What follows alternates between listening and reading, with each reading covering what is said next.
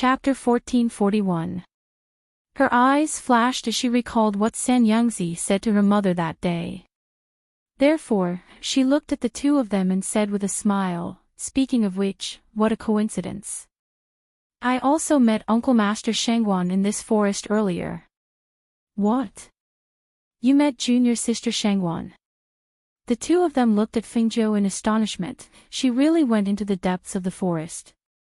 Hearing this and seeing their reaction, she blinked and said, "I only saw the white figure from afar and it looked very much like Martial Aunt Shangguan. I didn't see her face, but I've seen Martial Aunt Shangguan a few times in the mountains, so I'm somewhat sure that the figure was her, but what?" the two of them asked nervously. Fingzhou looked at them and said worriedly, "But at that time, I saw that Martial Aunt Shangguan seemed to be injured, and there was no one beside her. I wanted to chase after her, but I was only in the foundation establishment stage, so I couldn't catch up to her speed." She heard that 3 Yangzi's disciples had some ulterior motives towards her mother. Since that was the case, she could make use of them. Sure enough, when the two of them heard this, they frowned and walked to the side, whispering, "Eldest senior brother is right. Master will definitely let junior sister pick the herbs that he needs. Could it be that what eldest senior brother said was true? Master really intends to. No matter what, I think we should remind junior sister. But I'm afraid that even if we want to, we can't change Master's decision. Let's not talk about other things first. If junior sister really wants to pick the 3 herbs, it must be in the mountain of 1,000 herbs in the depths of the secret realm. Only there are the 3 herbs that Master needs. However, there are many guardian beasts in the mountain of 1,000 herbs. I'm afraid that if we're late, junior sister will. Then let's hurry over, maybe we can help." Thus, the two of them prepared to rush into the depths of the forest. At this moment, a pair of hands reached out and pulled on their robes. "Martial uncles, please wait." Fingzhou, who had heard their words, looked at them and blinked innocently, saying, "Martial uncles, take me with you. I'll die if I stay here alone in this deep forest. If you follow this direction, you'll reach the outer perimeter. We want to go deeper, and it'll be inconvenient for you." One of them said, waving his hand and glancing at the robe that was being pulled. "Let go." Fingzhou didn't let go. Instead, he said, "But Martial uncle, if you leave, what if I encounter ferocious beasts when I go out? What if they encountered a pack of wolves? I will die. Martial uncle, we are all from 3 Yang Peak. Although I am only a part-time disciple, I am still a disciple. You must take me with you." Hearing this, the two of them frowned, looked at each other, and sent out a wave of energy. "You'll die faster if you follow us." With that, they ignored Fingzhou and rushed into the forest. Seeing this, Fingzhou grinned. "Mountain of all medicines. Is this the destination?" With that, she tapped the ground with the tip of her foot and followed behind the two of them. At the same time, in the depths of the forest, at the foot of the mountain of 1,000 herbs, Shangguan Wanrong, who was dressed in white, raised her head and looked at the precipitous mountain of 1,000 herbs. She looked at the myriad of spiritual herbs growing on the mountain. Chapter 1442. She glanced at the mountain of all medicines in front of her and called out her flying sword, intending to ride it up.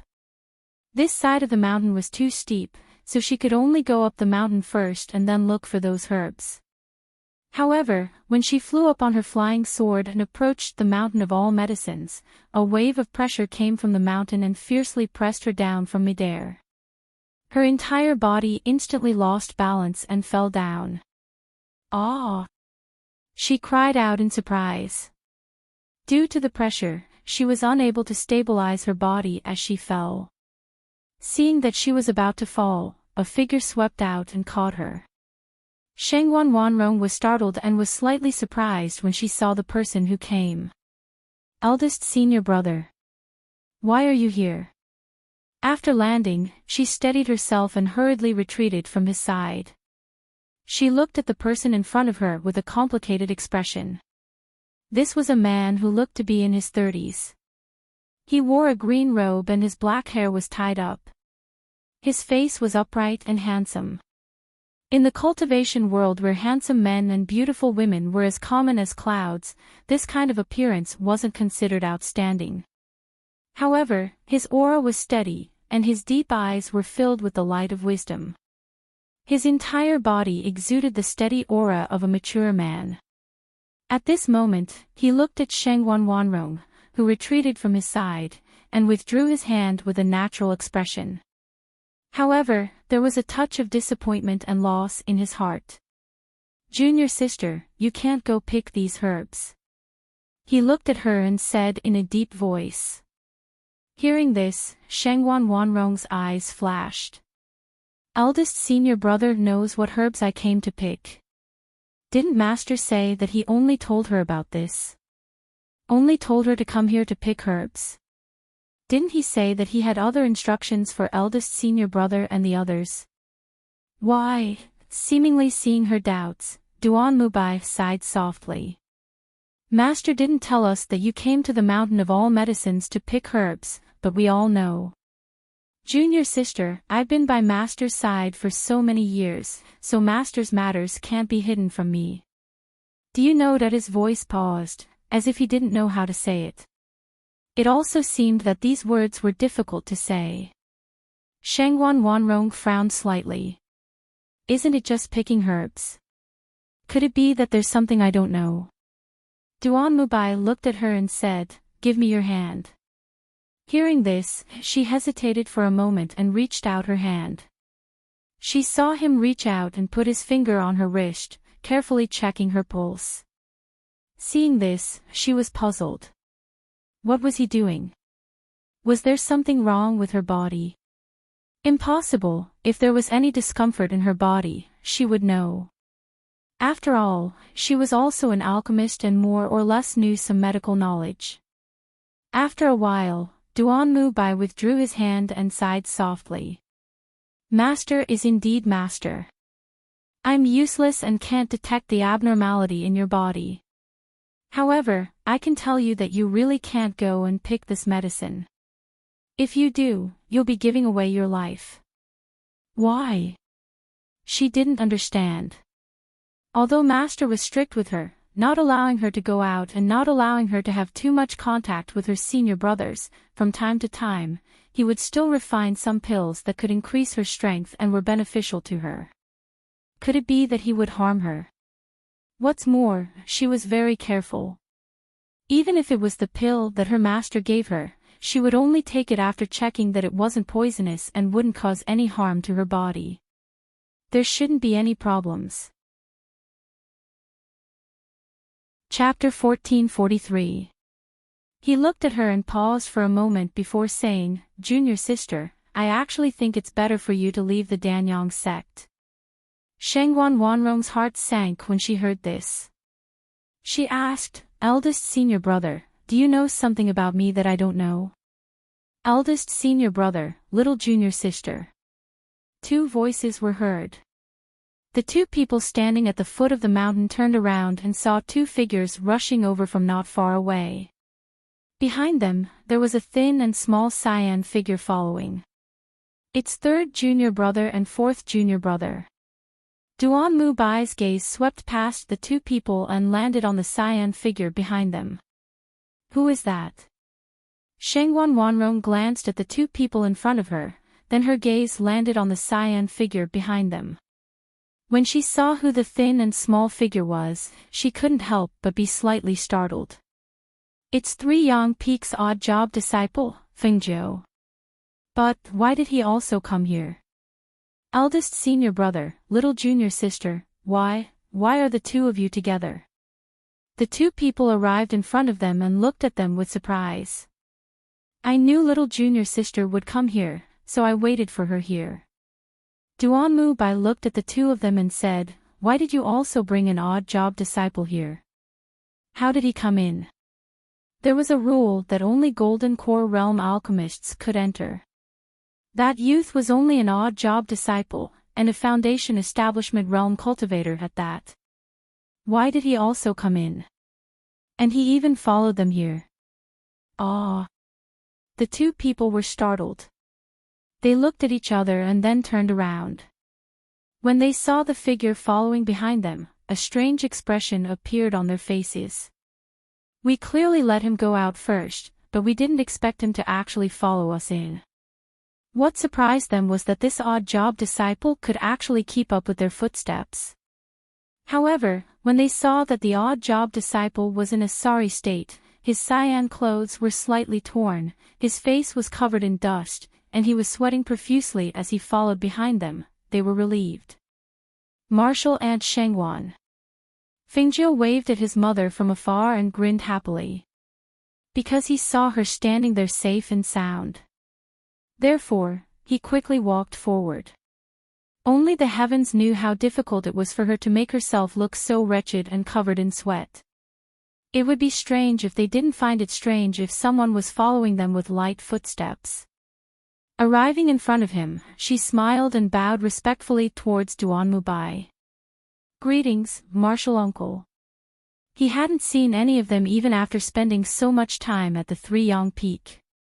However, he didn't expect to see three of them here. The last one didn't seem to be here. Why are you here? Shengwan Wanrong looked at Fengjiu and asked. She saw that he was in a sorry state and was sweating profusely, but there were no wounds on his body. She couldn't help but be puzzled. In the depths of the forest, even golden core cultivators would inevitably be injured. Although this youth was in a sorry state, there was not a single wound on his body. It was as if he had not encountered any danger along the way. Hearing this, Fengjiu smiled and squinted his eyes. I was chased into this place by a giant bear. Fortunately, I met the two martial uncles, and then I followed them all the way here. Duan Mubai, the eldest disciple of the Three Yangtze, was somewhat out of her expectations. This person was calm and reserved, and his appearance was maintained to be extremely youthful. It was impossible to tell that he was already a few decades old. Chapter 1444. Yes. She replied and lowered her gaze. Duan Mubai stared at Fengjiu for a while before looking away at Shengwan Wanrong. Junior sister, what do you plan to do next? As soon as they heard this, their gazes descended onto Shengwan Wanrong, and they saw her looking at the mountain of 1,000 herbs above her. She said, since Master told me to get those 3 herbs, then I'll go get them. As for the rest, we'll talk about it after we return to the sect. She wanted to see why she would lose her life if she picked those 3 herbs. What did those 3 herbs have to do with her? What exactly did her master want to do? Fengjiu's eyes flickered, and he thought to himself, those 3 herbs. What exactly are those 3 herbs? Why did these people's expressions change when they mentioned those 3 herbs? Seeing this, Duan Mubai sighed. Junior sister, why do you have to do this? Eldest senior brother, you don't have to say any more. Shengwan Wanrong looked at them and said, I'll go into the mountain of 1,000 herbs to pick herbs. Don't follow me.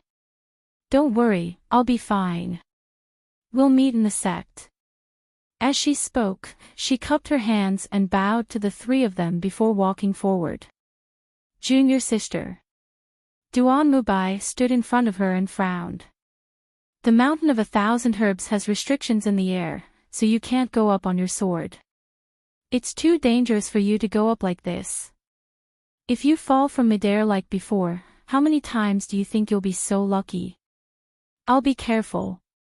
She looked at him steadily and said, Eldest senior brother, this is the task that Master gave me. Moreover, Master told me that he has another task for you. I think that it's impossible for you to be here. Hearing this, their eyes flickered slightly.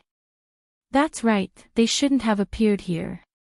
Their master did give them some other instructions, but when they found out that she had entered this place, they came looking for her. They didn't follow her but looked at each other as she walked forward. Finally, their gazes landed on Duanmubai. Eldest senior brother, are we really going to let junior sister go into the mountain to look for herbs? Not to mention other things, there are many poisonous snakes and fierce beasts there. If she goes alone, won't she? Go and do what Shirzuan told you to do. I'll follow junior sister to take a look, Duanmubai instructed and gestured for the two of them to leave first. Then, as if he had thought of something, he said, "Oh right, bring that odd job disciple out as well. Let him. Where is he?" He turned around, but found that the youth who was originally standing not far away had disappeared at some point. The two of them were also stunned. They looked around and suddenly pointed to the front. Eldest senior brother, look. That servant disciple is over there. Only to see that the cyan figure had already passed by them at some unknown time, following behind Shengwan Wanrong. Seeing this scene, they couldn't help but be startled. What is this odd job worker trying to do? A mere foundation establishment cultivator dared to enter the mountain of 1,000 medicines. Does he want to die? Duanmubai said angrily and quickly chased after him. At this moment, Shengwan Wanrong, who was in front, looked at the young man behind her and couldn't help but stop. Why are you following me? Go back quickly. Fengjiu grinned and looked at her with narrowed eyes. Uncle Master Shengwan, don't you want to pick herbs? I'll go in with you. I can pick herbs too. Chapter 1445. It's alright, I can protect myself. Shengwan Wanrong was about to speak when Duanmubai walked over and said to Fengjiu with a solemn face, "How can a servant disciple like you protect yourself? Hurry up and follow them out." Hearing this, Fengjiu blinked and came to Shengwan Wanrong's side. "Martial Aunt Shengwan, just let me follow you. I really won't cause any trouble for you. It wasn't easy coming here, and I also want to go up and pick herbs." As she spoke, she paused and glanced at Duanmubai before continuing, "Moreover, there's no rule that says that disciples who come here to train can't go near the mountain of 1,000 herbs. If you don't bring me along, then I can only stay away from you. However, I will still enter the mountain of 1,000 herbs." Hearing this, Shengwan Wanrong's gaze moved slightly, and she looked deeply at Fengjiu before saying, "Since that's the case, then follow me. Junior sister. Eldest senior brother, you should go and do your own thing. I'll be fine here. If anything really happens, it will be after we return to the sect. At that time, if something really happens that I can't save myself, I hope that eldest senior brother can save my life." Her voice paused slightly as she looked into the distance and sighed softly. "Junior sister, I still have an unfulfilled wish.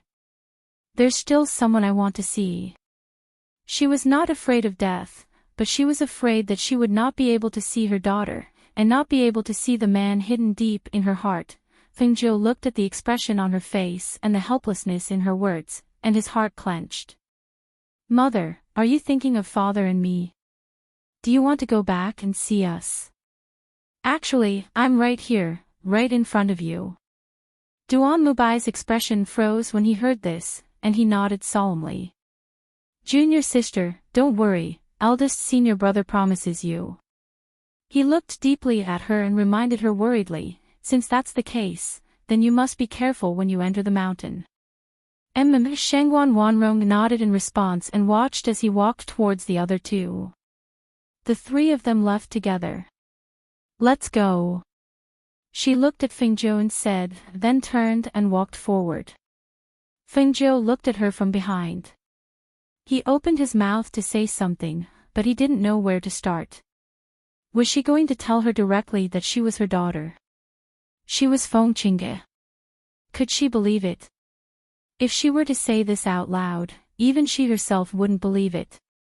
How could someone who used to be from a 9th-ranked country come to one of the 8 great empires, and in front of her? If she said that, she was afraid that she would only think that someone had sent her to get close to her. Thinking of this, she scratched her head in frustration. Sigh, why is it so difficult to acknowledge a relative? Shengwan Wanrong, who was walking in front, felt that the youth behind her had been looking at her. Judging from her breathing, it seemed that she had encountered something annoying and was in a difficult situation. However, since he didn't say anything, she didn't ask further. After all, it was his privacy. However, she slowed down her pace and looked in front of her. This mountain of 1,000 herbs has been sealed in the air. We can only go around this side and go up from the other side. Follow me closely. Some of the herbs in the forest are poisonous. Don't touch them in case you get poisoned. Yes. Fengjiu responded and quickly walked to her side. After glancing at her, he walked forward with her. Chapter 1446. 2 days later, they finally circled around the foot of the mountain and climbed up 10,000 Medicine Mountain. She followed beside her mother and watched her skillfully explore the forest, checking if there were any ferocious beasts in the surroundings. She would also pay attention to whether or not there were any guardian spiritual beasts when picking medicinal herbs. During these 2 days, they didn't encounter any major incidents or dangers. They walked towards the edge of the mountain, close to the precipitous wall. It seemed that the first medicinal herb grew in that precipitous wall. Thus, she glanced at her mother, who was squatting down to pick a spiritual herb, and asked, Martial Uncle Shengwan, Martial Uncle Duan and the others said that you need to pick 3 spiritual herbs. What kind of spiritual herbs are they? She was very curious. What 3 spiritual herbs were they that had to be picked? Moreover, from what they said, it seemed that if they picked all 3 herbs and gave them to 3 Yangtze, would her good mother lose her life? Why was it like this? Those are top-quality spiritual herbs. You don't recognize them. As Shengwan Wanrong spoke, she turned around and glanced at her. Are you tired? Do you want to rest for a while? Hearing this, she hurriedly said, I'm just hungry. Hearing this, she took out a seclusion grain pill and handed it to Fengjiu. Have you finished eating? Take this. Unexpectedly, Fengjiu shook his head and waved his hand. I don't like to eat medicine to fill my stomach. I like to eat meat. Saying this, he couldn't help but grin. Shengwan Wanrong was startled and revealed a faint smile. If you want to eat meat, you'll have to look for it on this mountain. Let's see if there's any meat to eat. Then should we rest for a while? She looked at her expectantly and asked. Rest. In any case, there's still a lot of time. There's no rush. As she spoke, she looked around and pointed to a place not far away, over there. There's a large flat rock over there. There's no grass around, so we can rest there. Okay. Fengjiu responded, then said, Martial Uncle Shengwan, then you go sit for a while. I'll be back in a while. As soon as he finished speaking, he ran off. Hey, you. Before Shengwan Wanrong could finish her sentence, she saw that Fengjiu had already run away. She could only go to the big rock and sit there, waiting for him to come back. About the time it takes for a stick of incense to burn, Shengwan Wanrong, who was drinking water, saw the black-clothed young man come back with 2 wild pheasants in one hand and a bundle of dry branches in the other. She was startled, got up and walked forward. Shu Shengwan, you just sit down. I'll do the rest. Fengjiu grinned, indicating that she didn't need to come over. Shengwan Wanrong came to Fengjiu's side and took the bundle of branches from her hands. She said with some surprise, I didn't see any wild pheasants on the way here. How did you catch them? This kind of pheasant ran the fastest. Without a certain speed, it was impossible to catch it, especially in such a mountain forest. What's the big deal about catching 2 pheasants? I often run around by myself, so I'm used to doing these things. I have experience. She smiled as she spoke. She had Shengwan Wanrong go sit on the side while she took care of it herself. Not long after, she lit the branches on fire and then placed the 2 wild pheasants in the fire to roast. She said with a smile, "Martial uncle, just wait to taste my cooking. How could those seclusion grain pills be as fragrant as this meat?" Hearing this, Shengwan Wanrong smiled lightly and took a branch with pheasants in it from Fengzhou's hands. "I'll help." She looked at the pheasants being roasted in the fire and saw the young man's skilled hands. She couldn't help but ask, "You're so young. How come you often do these things?" Chapter 1447. She was startled and asked, "Why are you running around? You're still young, will your family be able to stop worrying?" Fengzhou's hand that was flipping the pheasant paused. He looked up at her and smiled. "I came to find my mother, and I can protect myself." "Find your mother?" She was slightly surprised and asked, "Then did you find her?" "I found her, she's in the sect." He looked at her as he spoke. Meeting the youth's clear and smiling eyes, Shengwan Wanrong's heart jumped and she inexplicably jumped up. She felt that this youth's words had a deeper meaning, as if there was a layer of gauze shrouding it, making it impossible for people to see clearly. "Then your mother doesn't know that you came to find her? You're in the same sect, but she didn't recognize you?" Perhaps because this topic touched her heart, she couldn't help but ask again. Hearing this, Fengzhou smiled and said, "My mother probably thought that I was still at home.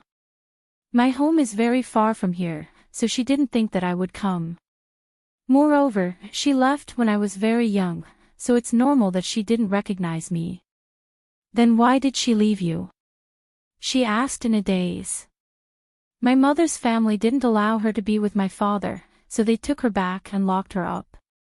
My father raised me alone, and sometimes my father would hold my mother's things in a daze.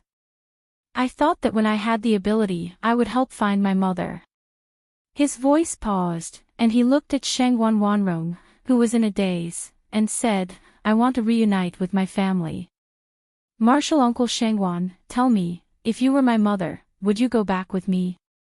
Shengwan Wanrong stared at Fengzhou in a daze, waves of shock and excitement surging in her heart. Her eyes were red, and tears welled up in her eyes. In an instant, thoughts flashed through her mind. String after string of information was connected by her at this moment, as if she didn't dare to believe it, and also felt that it was inconceivable. In the past, she always felt that this youth seemed to like to get close to her. Wherever she appeared, she would appear. The few times they met, she showed her intimacy and joy that was so obvious. He told her that her surname was Feng, and her name was Fengzhou. He told her that he missed his mother. He even ran over to ask her if she would participate in the training in the mystic realm. She even told him that he was only at the foundation establishment stage and couldn't enter the arcane realm. However, he still managed to enter. Not only did he come in, he even came to her side. If she still couldn't figure out this string of matters by now, she would be Shengwan Wanrong in vain. The more she looked at Fengzhou, who was dressed like a teenager, the more she felt that this was a mischievous girl. How could this be a teenager? However, not only did she dress up very well, even her mannerisms and demeanor did not have a trace of a girl's coquettishness. Thinking of how she handled the pheasants neatly and how she said that she often ran outside just to find her mother, her heart tightened. She forced herself to hold back the tears in her eyes. Even if she really wanted to confirm it, even if she really wanted to pull her into her arms and ask her everything, even if she really wanted to hear her call her mother, she held it all back at this moment. Chapter 1448. She also wanted to reunite with her family. However, after so many years had passed, she didn't dare to think about this idea. She had just said that her father always took her mother's things and missed her. So, after so many years, he still hadn't remarried. His memories had clearly been sealed, so how could he recall them? She saw Shang Wanrong's expression and saw her sitting there absent-mindedly. She didn't even react, and the pheasant roasted over the fire was slightly charred. Seeing this, she took the branch from her hand and looked at her, asking, "Marshal Uncle Shangwan, you still haven't told me. Will my mother come home with me?" Hearing Fengzhou's voice, Shangwan Wanrong came back to her senses. She raised her sleeve to wipe away the tears at the corners of her eyes and adjusted her mind. She suppressed the ups and downs in her heart and stared at her. She will go back with you, but not now." Hearing this, Fengzhou stared at her. When their eyes met, the layer of paper that hadn't been broken seemed to have disappeared in front of them. They had guessed each other's identities, but hadn't recognized each other. After a long time, Fengzhou lowered her eyes. "I know. It should be about that 3 Yangzi. In the end, what did that 3 Yangzi want to do?" Seeing her lower her eyes and the smile on her face, Shangwan Wanrong hurriedly said, "She will definitely go back. When she's done with her matters, she will definitely go back. I promise. And I believe you." She raised her eyes and smiled, nodding. Not long after, the roasted pheasant was cooked. She added some seasoning and handed it to her. "Try it." "Thank you." Shangwan Wanrong took it and softly thanked her. She tore off a piece and ate it. The two people chatted while eating the roasted pheasant. Perhaps because they had opened their mouths, although they hadn't broken through the layer of paper, the feeling and atmosphere of getting along was a bit different. After eating the roasted pheasant, the two people continued to walk forward. This time, Shangwan Wanrong took the initiative to say, "Among the 3 herbs my Shizhuan asked me to collect, one is red mountain stone iron. This kind of spiritual herb grows in the cracks of the stone walls and can only be found in those steep mountain walls. Later, I'll go halfway up the mountain to take a look. You stay up there and wait."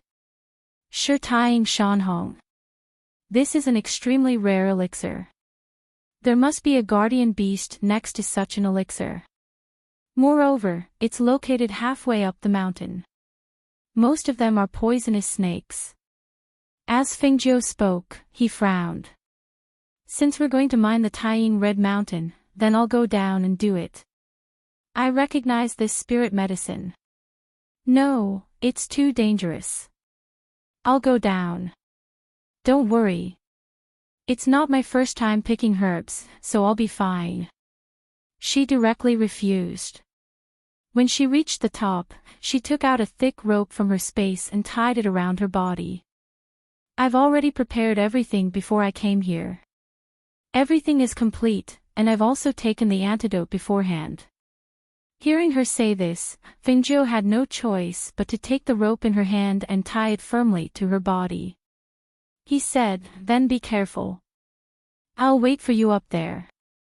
Tie one side of the rope to the big tree here." As she spoke, she tied the other end of the rope to the big tree next to her. She said, "If there's anything, call me or pull the rope." Hearing this, Shangwan Wanrong revealed a gentle and soft smile. "I know. You don't have to worry. Wait for me here. You also have to be careful of the surroundings in case there are ferocious beasts." Chapter 1449. "No need, I have some." She stuffed it back to her, but she stuffed it back in. "Take it," Shangwan Wanrong said. After glancing at her, she turned around and walked to the side. "I'm going down."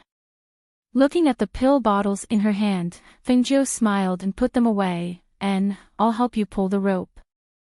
As she said this, she pulled the rope from the side, allowing her to borrow strength to descend. This 10,000 medicine mountain was very high. From the time they circled around to the top, it took them 2 days.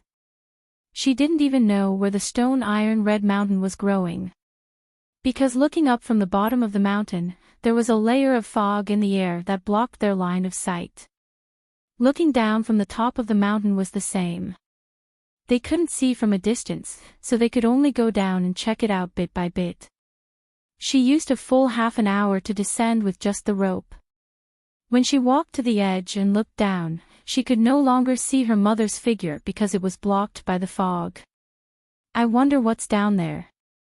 It's really too dangerous like this, she softly muttered, feeling a bit uneasy. The stone iron red mountain was a pill that could prolong one's life.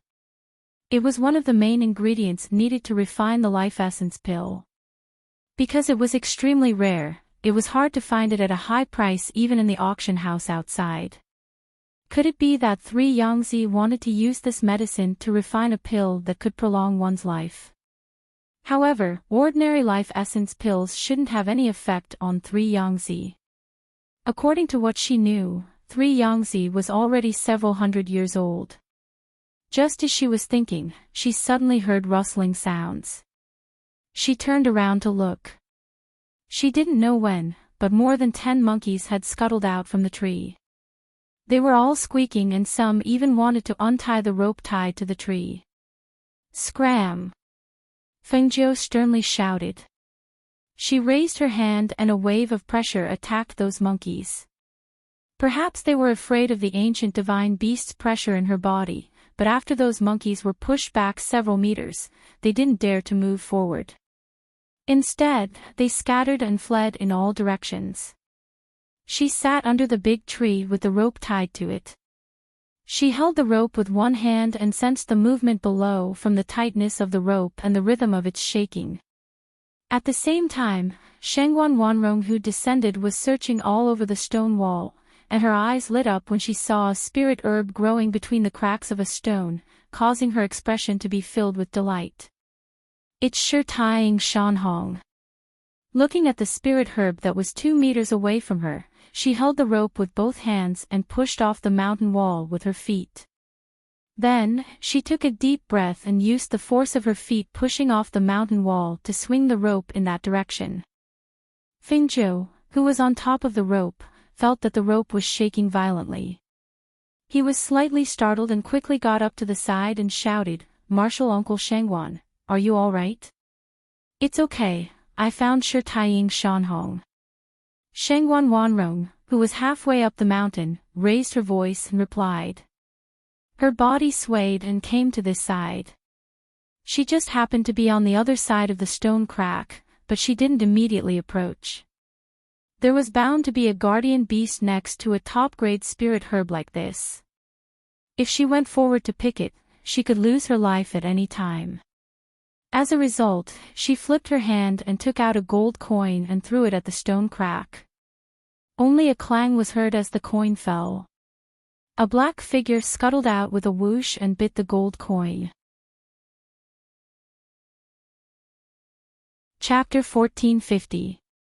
Black gold snake, 1 drop of its venom can kill a ferocious beast, and the snake's gallbladder is even better. Since I've encountered it, I'll catch it while I'm at it. Shengguan Wanrong softly murmured, her gaze fixed on the small snake that glowed with an oily black light. In the next moment, she first applied the medicine on her hand, then used the strength of the rope to swing forward, instantly grabbing the small snake's head. At the same time, Fengjiu, who was waiting above, faintly heard the sound coming from below. Although the sound drifted in the wind and wasn't clear, knowing that she was down there, he could rest assured. She waited above for about the time it took for a stick of incense to burn before she felt the rope vibrate. Guessing that her mother had already picked the herbs, she hurriedly retracted the rope and pulled her back from below the steep wall. About an hour later, she was pulled up from below. Fengjiu went forward to take a look. Seeing that apart from her clothes being rubbed and dirty, there were no wounds, he secretly let out a sigh of relief. "Are you okay? Did you pick the herbs?" Fengjiu asked while helping her untie the rope. "I picked them. Look, this is the stone-tying shanhong, one of the essential main ingredients for refining the life essence pill." Shengguan Wanrong lightly smiled and took out the spiritual herb she picked to show Fengjiu, then said, "I also caught the stone-tying shanhong's guardian snake. It's a black gold snake. Hearing this, Fengjiu was startled and his heart jumped. The black gold snake is highly venomous, and its reaction is extremely fast. You weren't bitten, right? No, it's fast. My speed is faster than it. She smiled as she put away the spiritual herb, patted her clothes, and said, I still need 2 more herbs to find them.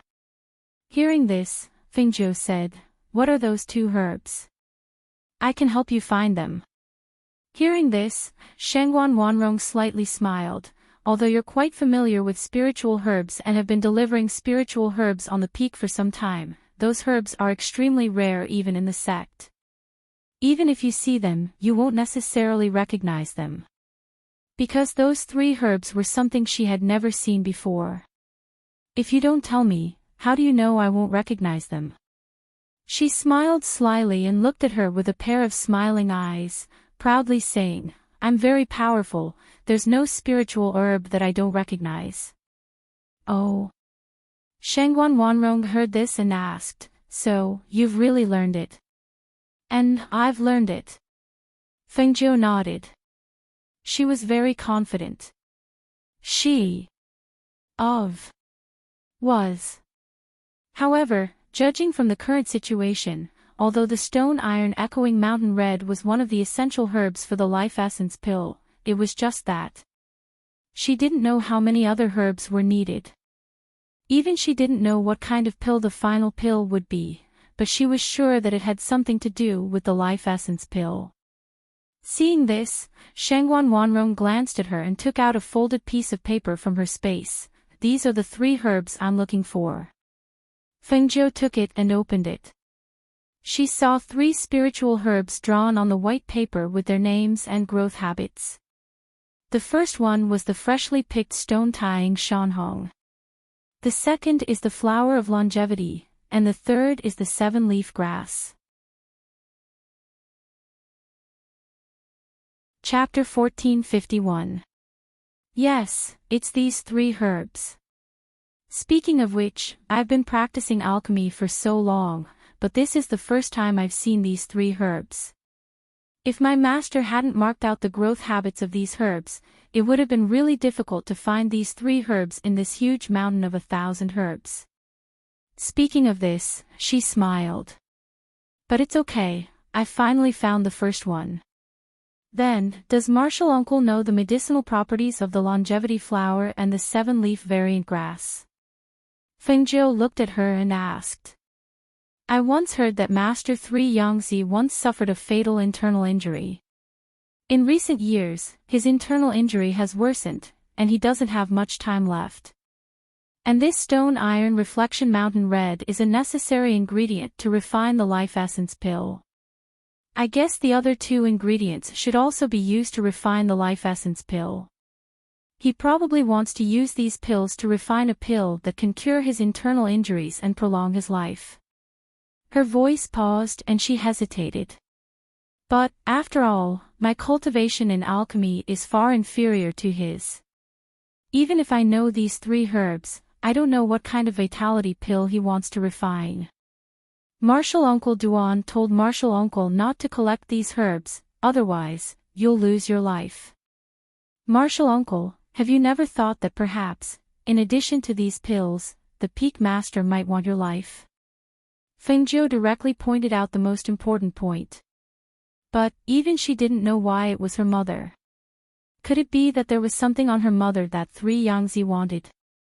She always had a feeling that something was wrong when 3 Yangzi took her as his last disciple and brought her into the sect, but didn't hold the apprenticeship ceremony and didn't allow her to go down the mountain. It was as if he was afraid that she would escape. Shangguan Wanrong's eyes flashed slightly, and she smiled. Don't worry, I'll pay attention to this. We can't find the answer here. We'll only know when we return to the peak. Okay. Fengjiu responded and went to find the other 2 spiritual herbs with her. In his mind, he was thinking about what kind of pill would be formed when these 3 herbs were mixed and refined. A few days later, Chen Dao and the others finished concocting a batch of pills, then went looking for more spirit ingredients. Actually, we should go to the 10,000 Medicine Mountain. There are precious spirit medicines there. Unfortunately, an alchemist said. His eyes were filled with yearning and fear. There were a lot of spirit herbs in that place, but there were also a lot of dangers.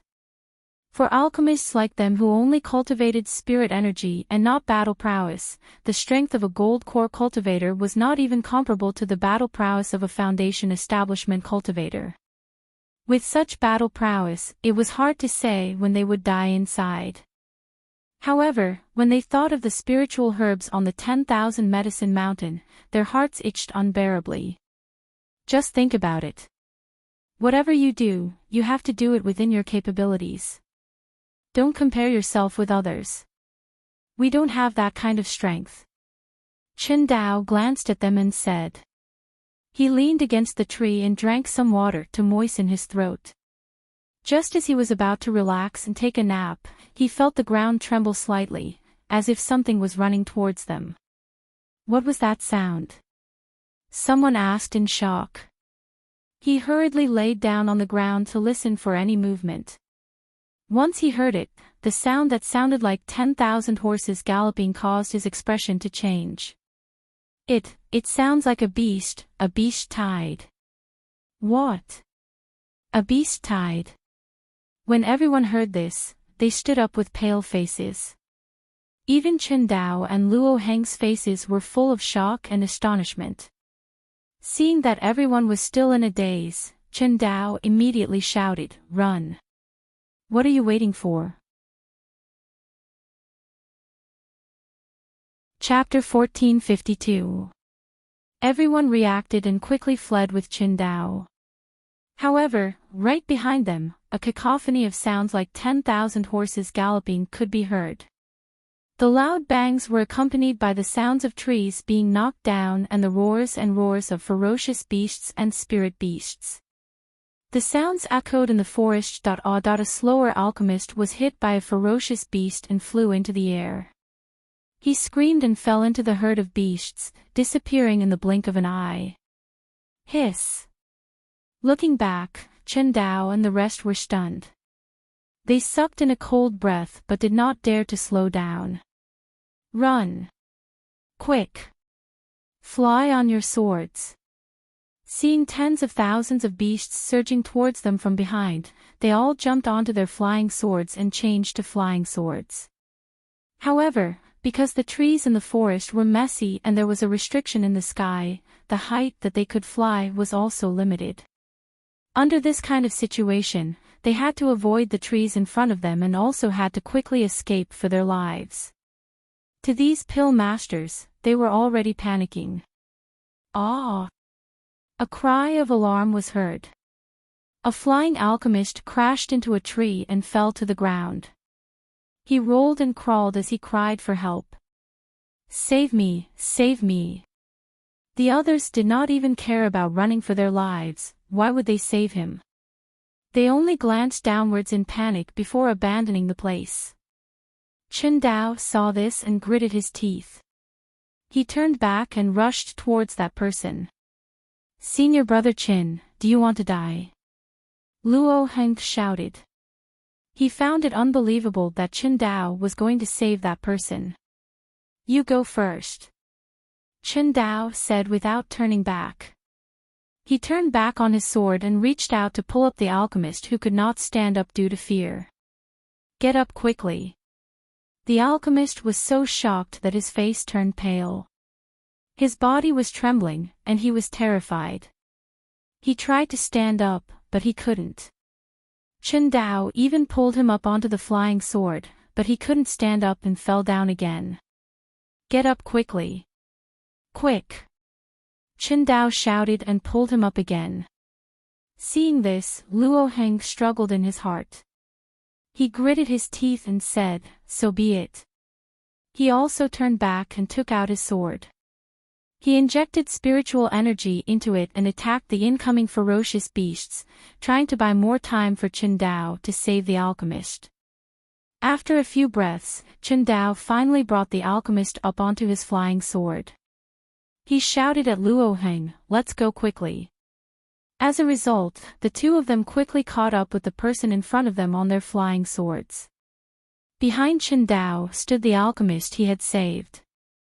However, the beast tide was not only the ferocious beasts, there were also ferocious beasts and spiritual beasts in the air.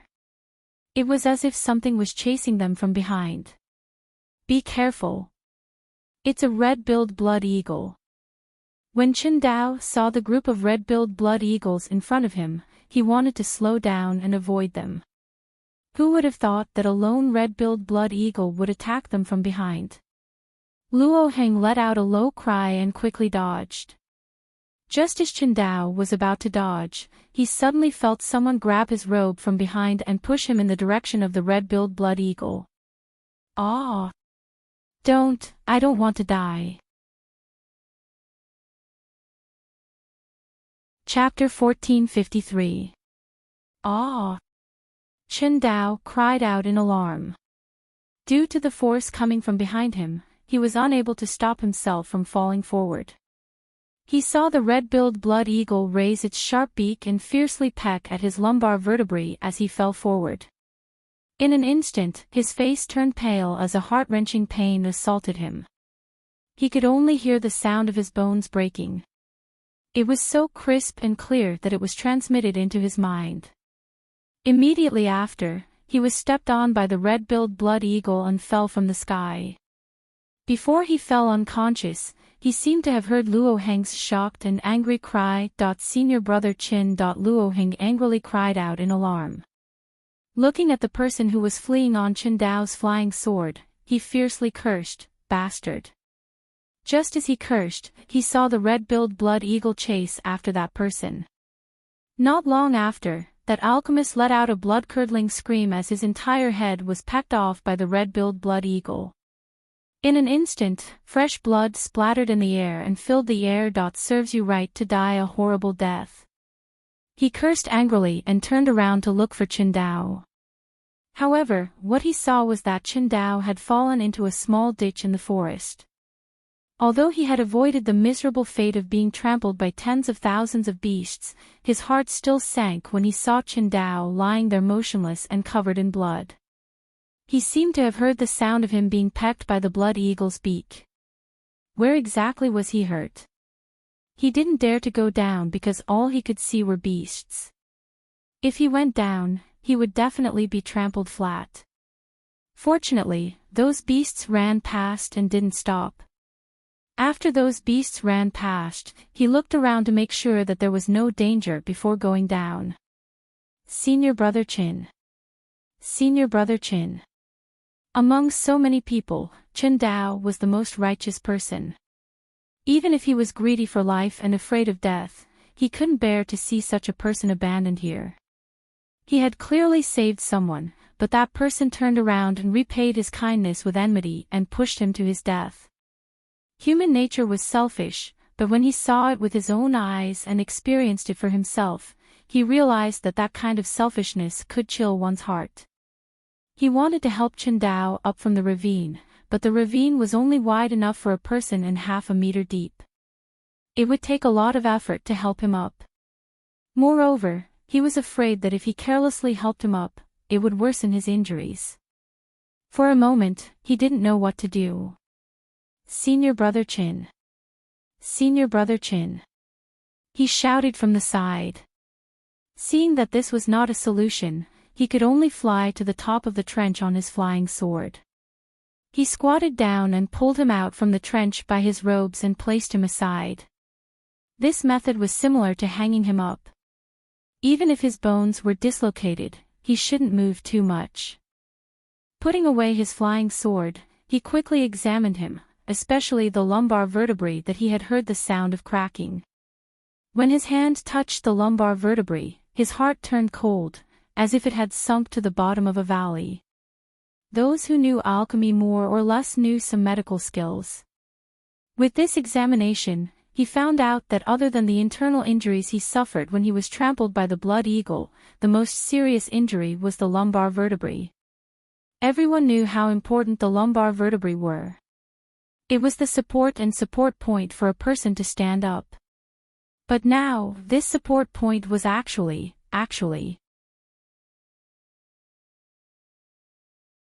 Chapter 1454. Senior Brother Chin, I can only stabilize your internal injuries first. As for your lumbar spine, we can only wait until we return to the sect to ask someone to treat it. Luo Heng sighed and said, fortunately, it won't be long before we leave. Otherwise, your injuries would still. It's really worrying. At the same time, on the top of the mountain of 1,000 medicine, Shengwan Wanrong and Fingzhou, who had already collected the 3 spiritual herbs they needed, were heading down the mountain. When they were on the mountain, they heard a loud bang below. For some reason, the entire forest seemed to shake and a wave of beasts surged. The ferocious beasts and spiritual beasts in the depths of the forest roared and rushed to the periphery. Some also came up the mountain.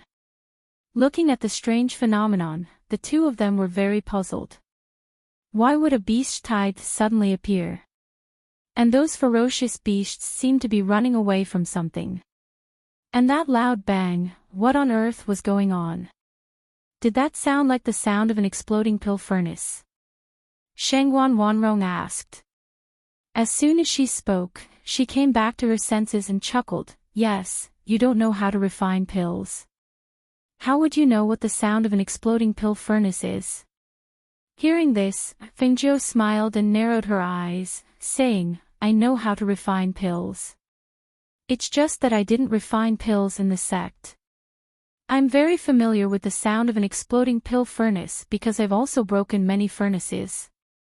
That sound just now was the sound of an exploding pill furnace. Someone should be refining pills below. But who would refine pills below the mountain of 1,000 medicine? Eldest senior brother and the others definitely wouldn't. Could it be someone from another peak? She murmured with a trace of doubt on her face. After walking down for a while, perhaps the smell of medicine in the air was diffusing with the wind. Fingzhou, who was walking beside Shengwan Wanrong, stopped and looked down. This smell of medicine, what's wrong? Shengwan Wanrong saw her stop and asked. The smell of medicine in the air is poisonous. Fingzhou said slowly, squinting and looking down, sure enough, someone is refining pills below. And I'm afraid it's a poisonous pill. To be able to make so many ferocious beasts rush out, this poison is very unusual and extremely overbearing. Poison. Shengwan Wanrong was startled, her expression strange. You know it's poisonous just by smelling it. She sniffed and said, the smell of medicine in the air has already dispersed. It's very faint, and even I can't tell what kind of poison is in it. As she spoke, she was a little worried, so she took out a pill and gave it to her. This is an antidote pill that I refined. Take one. Even if it's not poisonous, you'll be fine. Of course, because I'm not only an alchemist, I'm also a doctor. Fingzhou chuckled, he seemed to be in a good mood. You can keep this. I'm already immune to poison, so there's no need to call it an antidote pill. Ordinary poisons won't affect me. Shengwan Wanrong listened and looked at her in a daze. Ordinary poisons couldn't harm her. Was this for real? Could it be that she was also in danger over there? Someone often poisoned her. So much so that she was now immune to poison. Let's go. Let's go down and take a look. Maybe that person hasn't gone far. Chapter 1455. When they came down to search, they found a place in the dense forest at the foot of the mountain. There were traces of a barrier that had been set up before being removed. In that place, the aura in the air had not completely dissipated, and the smell of medicine was much stronger than in other places in the forest. It's here. Fingzhou said and walked in to take a look. She saw that there were traces of a pill furnace exploding on the ground. The fragments of the pill furnace had already been cleaned up. Aside from the traces on the ground, there were no other fragments to be seen. Even the person refining the pill was not seen. She slowly walked inside and looked around. When her foot stepped on a piece of metal inserted into the soil, she stopped and squatted down to take a look. A fragment of the pill furnace was half buried in the sand. When she took it out to take a look, there were still some residual medicinal dregs on the fragment. This person should have wanted to refine a 5th-tier pill or above. However, the pill furnace couldn't withstand it and exploded. Look. She handed the pill furnace to her mother. There are still medicinal dregs on it. From the medicinal dregs, you can tell that it was a 5th-tier pill or above. However, he failed. Shengguan Wanrong took the fragment and carefully looked at it. When her gaze fell on the vein patterns on the fragment, her eyes involuntarily shrank and a trace of fear flashed through her eyes.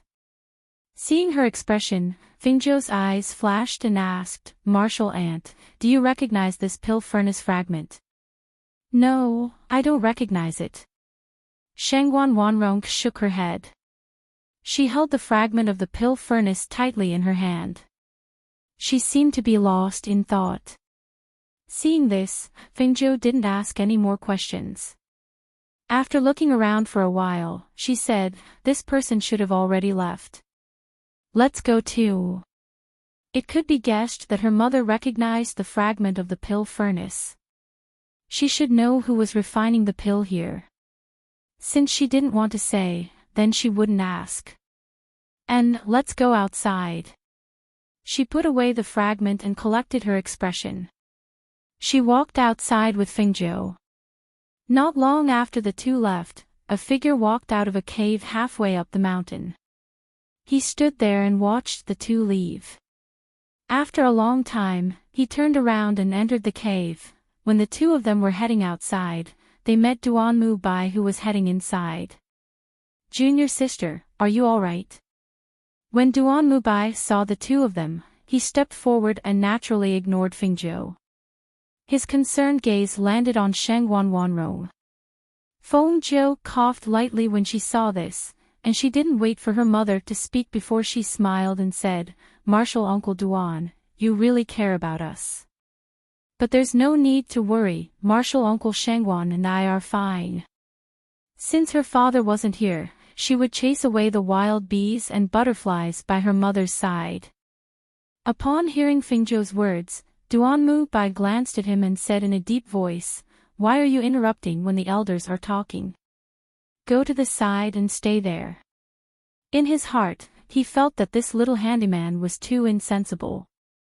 His unhappy gaze retracted from Fingzhou and landed on Shengguan Wanrong.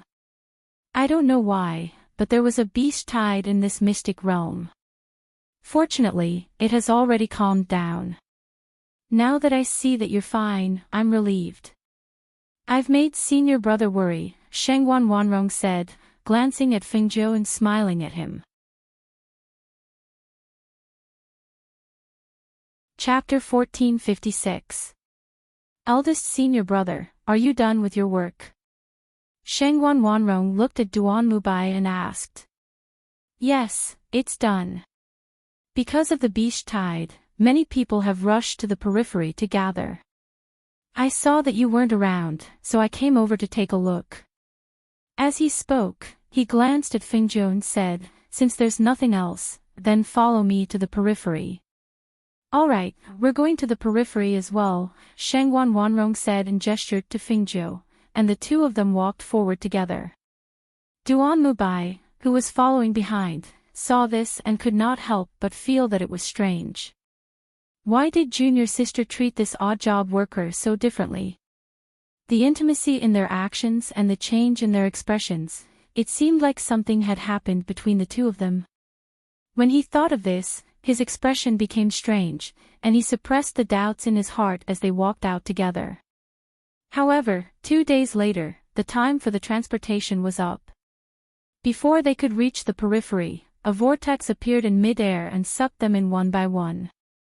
As long as the alchemists were still alive in the mystic realm, they would all be transported out. As for those who were dead, they would be buried in this mystic realm forever, When Fengzhou, Shangguan and Duan Mubai were transported out, they appeared at the foot of Three Yang Peak. "I'm going to see Master, you guys go back first," she said to Fengzhou and Duan Mubai.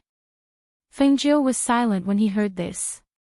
He did not have the right to go to the 9th peak, so he did not say anything and only looked at her. Duan Mubai paused for a moment when he heard this, then said, "I'm going to see Master too, I'll go with you." Shangguan Wanrong nodded when she saw this. "All right." Then, she looked at Fengzhou. "You go back and rest first." "All right," Fengzhou replied, and his eyes flashed as he watched the two of them turn around and leave. As they walked up the mountain, Duan Mubai could not help but ask, "Junior sister, this Fengzhou seems to be to your liking.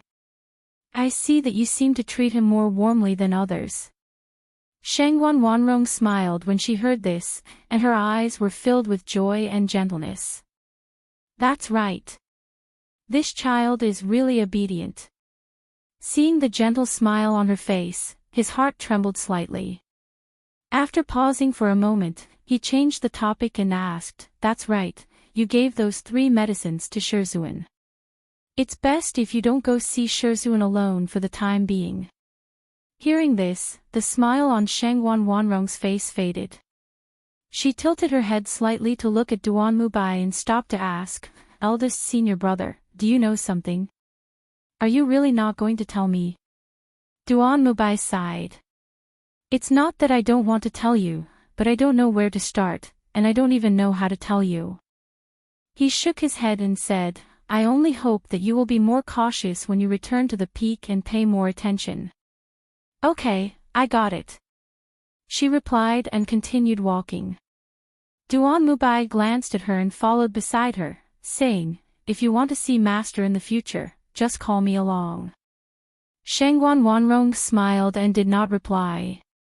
Instead, she looked at the entrance of the 9th summit and asked with sparkling eyes, "Eldest senior brother, what do you think Master is doing right now? Will he be in the summit?" "Master often goes into seclusion to refine pills and rarely goes out. If he's not in the summit, where would he be?" He looked at her with slight surprise, feeling that her question was a bit strange. Chapter 1457. The Peak Master has ordered that aside from Shangguan Wanrong, no one else is allowed to enter without being summoned. As the 2 nascent soul cultivators spoke, they stopped Duan Mubai, who was about to step inside. Hearing this, Shangguan Wanrong, who was in front, stopped and looked back. Duan Mubai frowned. "What's the reason? If Junior Marshal's sister can go in, why can't I?" "You go in and report that I have something to see Master. We are only responsible for carrying out the Peak Master's orders. You can wait here, but you can't go in." As the 2 nascent soul cultivators spoke, they were expressionless and refused to let him go. Shangguan Wanrong smiled when she saw this. "Eldest senior brother, it's fine. I'll come out after I see Master. You can go back first." As she spoke, she nodded slightly to him before moving to walk into the room. The moment she turned around, the smile on her face gradually disappeared and she looked thoughtful. Seeing this, Duan Mubai's face darkened. Facing the 2 nascent soul cultivators guarding him, he couldn't force his way in and could only wait outside. On the other side, when Shangguan Wanrong arrived outside the bamboo house, she couldn't help but stop. Just as she was hesitating, she heard her master's voice from inside. "Since you're here, why don't you come in?" 3 Yangtze's old and low voice came from the bamboo house, pulling Shangguan Wanrong's thoughts back. She adjusted her mind, then pushed the door open and walked in. "Master." She looked at the figure sitting there and respectfully bowed.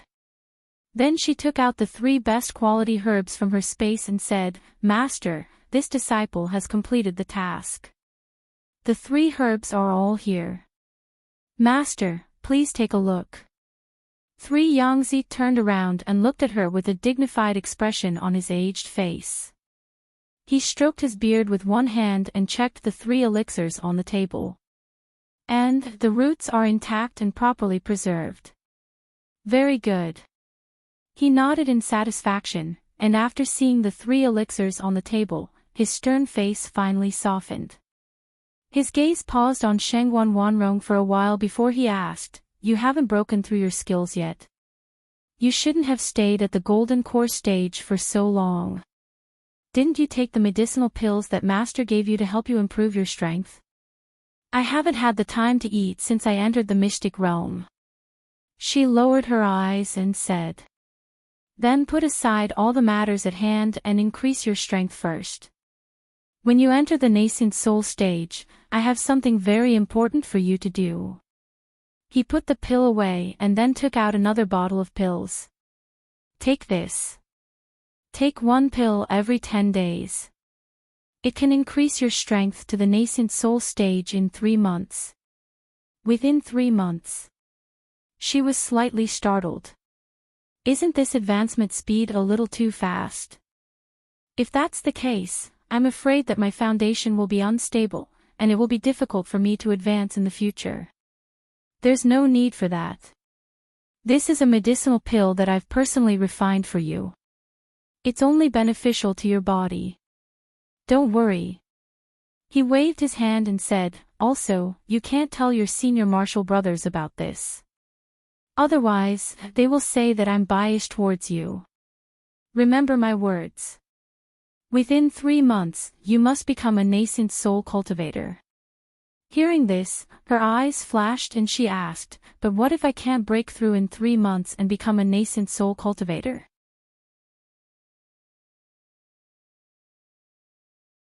Chapter 1458. You won't be able to enter within 3 months. Yangzi looked at her and suddenly laughed. "You've been here for some time now. Have you heard of a place called the Wasteland of Extreme Evil?" He paused and laughed. "Perhaps you haven't heard of it, but it's all right. I can tell you that the Wasteland of Extreme Evil is just like its name. It's a place where evil people gather. They eat human flesh, drink human blood, and commit all kinds of evil deeds. Only powerful people can protect their lives there. I think that it's also the best place for people to train. I believe that under such harsh living conditions, a person's potential can be stimulated, and entering the nascent soul stage will be very easy. What do you think?" Hearing those words, Shengguan Wanrong could not help but shiver. She looked at the strange and dangerous expression on her master's face, who was clearly smiling, but the smile did not reach his eyes. That gaze and that smile gave her an extremely frightening and dangerous feeling. She could not help but take a step back and maintain some distance from him. "I understand. Don't worry, Master. I will advance to the nascent soul stage within 3 months. I will definitely not disappoint Master's expectations of me." She steadied her mind and bowed. "If Master doesn't have any other instructions, I'll take my leave first." "Go." He nodded in satisfaction and gestured for her to leave. Shengguan Wanrong walked out and closed the door behind her. She felt her heart tremble and a chill run up from the soles of her feet. Now, she was very sure that her master wanted her life. However, she didn't know why. Why did he want her life? What use did her life have to him? Why did he have to wait until she entered the nascent soul stage and became a nascent soul cultivator? She walked out of the 9th peak in a daze as she thought about it. She only regained her senses when she heard Duan Mubai's voice. "Junior sister, are you all right?" Duan Mubai walked up to her. He couldn't help but worry when he saw her dazed expression. "I'm fine. What could happen if I went to Master's place?" She looked up at him and shook her head with a smile. "Eldest senior brother, I'll take my leave first." With that, she walked past him and returned to her cave abode. Watching her leave, Duan Mubai wanted to call her back and ask her what master had said to her after she went in. However, as he watched her walk away, he opened his mouth but couldn't say a word. Even if he suspected that his master would do something bad to her, nothing had happened. As a disciple, how could he ask such a question? Sighing softly, he shook his head and followed her down the mountain. On the other side, when Fengjiu returned to her cave abode, she saw Green Hair, who had gained a lot of weight, pouncing on her. Seeing Green Hair, she was a little surprised. "So you're here. I was wondering why I didn't see you when I entered the secret realm. So you can't get in." She chuckled. Since she hadn't bathed yet, she directly sat down at the entrance of the cave. She hugged Green Hair in her arms and stroked its egg. Puzzled, she asked, "When are you planning to lay this egg? Normally, eggs can't be carried for so long, right?" "Kakik." Green Hair raised its head and cackled, flapping its wings and saying something. Seeing this, Fengjiu's eyes turned. Should she take out a speech-opening pill and let Green Hair eat it? Chapter 1459. She stroked Green Hair's round body and touched the egg under its belly. She thought, my mother should be fine if she goes to Three Yangzi's place in Three Yangzi's. No matter what, Three Yangzi wouldn't let himself be labeled as a person who murdered his disciple. Even if he wanted to make a move on my mother, he would probably do it in private. However, under such circumstances, her mother was only a gold core cultivator. She was not at ease dealing with the Three Yangzi. If she could send her away first and go to Ling Shuang and the others, perhaps it would be easier for her to deal with the remaining matters. Moreover, only when her mother left this place and was safe would she be able to do what she wanted to do without worry. She sat there, deep in thought. The green-furred cat in her arms was pressed down by her. It couldn't even straighten its head, so it could only lie quietly in her arms. After a long time, Fengjiu stood up. She let go of Green Hair and went into the cave. She planned to rest for a while and bathe in the evening when there was no one around. In this place, bathing was not very convenient for her. There was no bathroom in the cave. She could only bathe in the middle of the night when there was no one around. However, when it was about evening, she was still resting in the cave when she heard Luo Heng's voice from outside. "Fengjiu! Fengjiu!" Luo Heng shouted outside and asked worriedly, "Are you still alive?" Hearing this, she jumped out of bed. She put on her coat and walked out angrily. When she saw the person shouting outside, she said, "What do you mean I'm still alive? Could it be that the person you see now is not me, but a ghost?" He paused for a moment and waved his hand. No, that's not what I meant. I just wanted to see if you're still alive." Luo Heng then asked, "Didn't you encounter the beast tide at that time? You were in the depths. How could you not be injured at all?" Fengjiu nodded and said, "I encountered it. I was at the top of the mountain and saw thousands of beasts running out from below." "Oh right, where's senior brother Qin? Is he okay?" Hearing this, the smile on Luo Heng's face disappeared. "Senior brother Qin, he... What happened to him?" Seeing his strange expression, although he tried his best to hide it, he was still caught by her. "What happened to him? Tell me," Fengjiu urged. Her heart sank as she thought to herself, could it be that Chen Dao is dead? If he encountered a beast tide, the death rate would be unusually low. Seeing that Fengjiu kept asking, Luo Heng sighed and told him in detail what had happened at that time. "After I brought him back, I asked the people in the peak to treat him. However, they only knew how to refine pills and could not fix his bones. There was even a doctor and an alchemist who said that senior brother Chen Dao might not be able to stand up again in this lifetime because his spine was injured. Moreover, they said that he had already missed the best time to treat him." Fengjiu frowned. Where is he now? I'll go see him. I just sent him back to the cave, but he's very agitated. He can't accept the fact that he'll never be able to stand up. He's smashing things in the cave and won't listen to me. I think it's better if you don't go, in case you get injured. Chapter 1460. Fengzhou's eyes flickered. He didn't say anything else as he walked towards Qindao's abode. Qindao had helped her a lot on Sanyang Peak.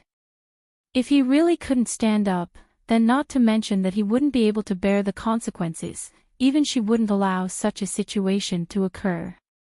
Hey, Fengzhou, what are you going to do?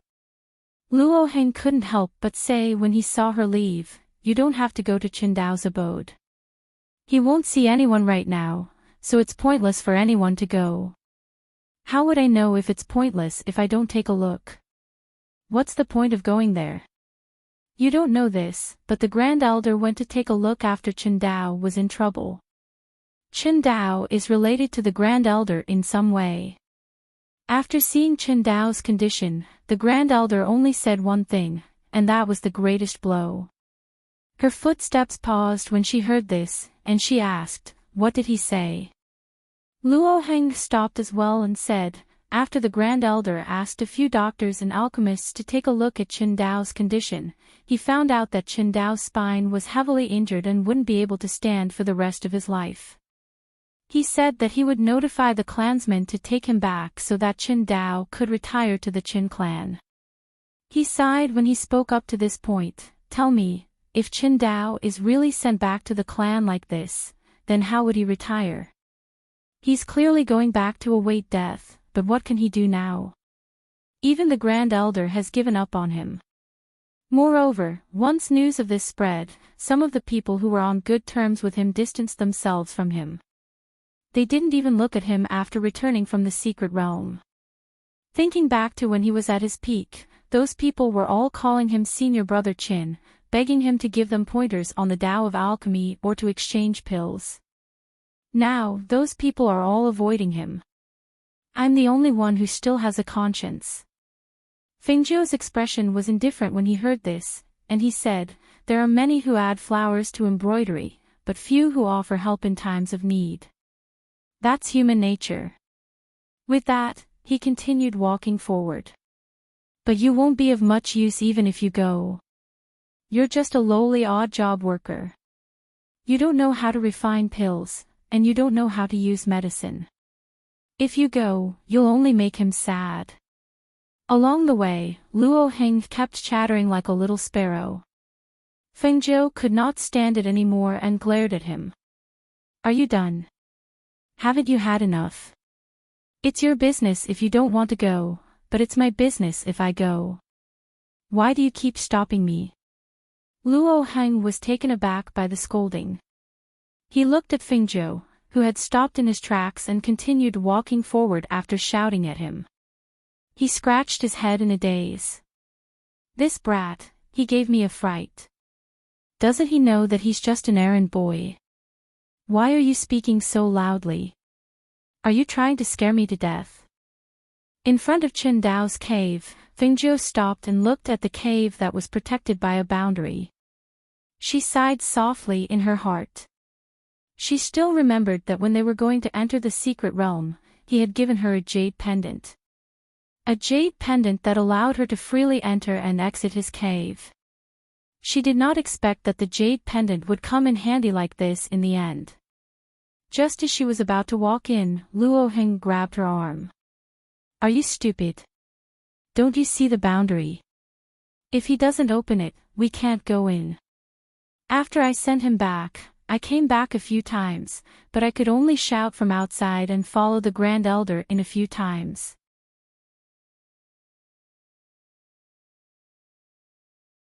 Chapter 1461. Luo Heng was startled. He watched as Fengzhou walked forward. When he passed by the boundary disappeared.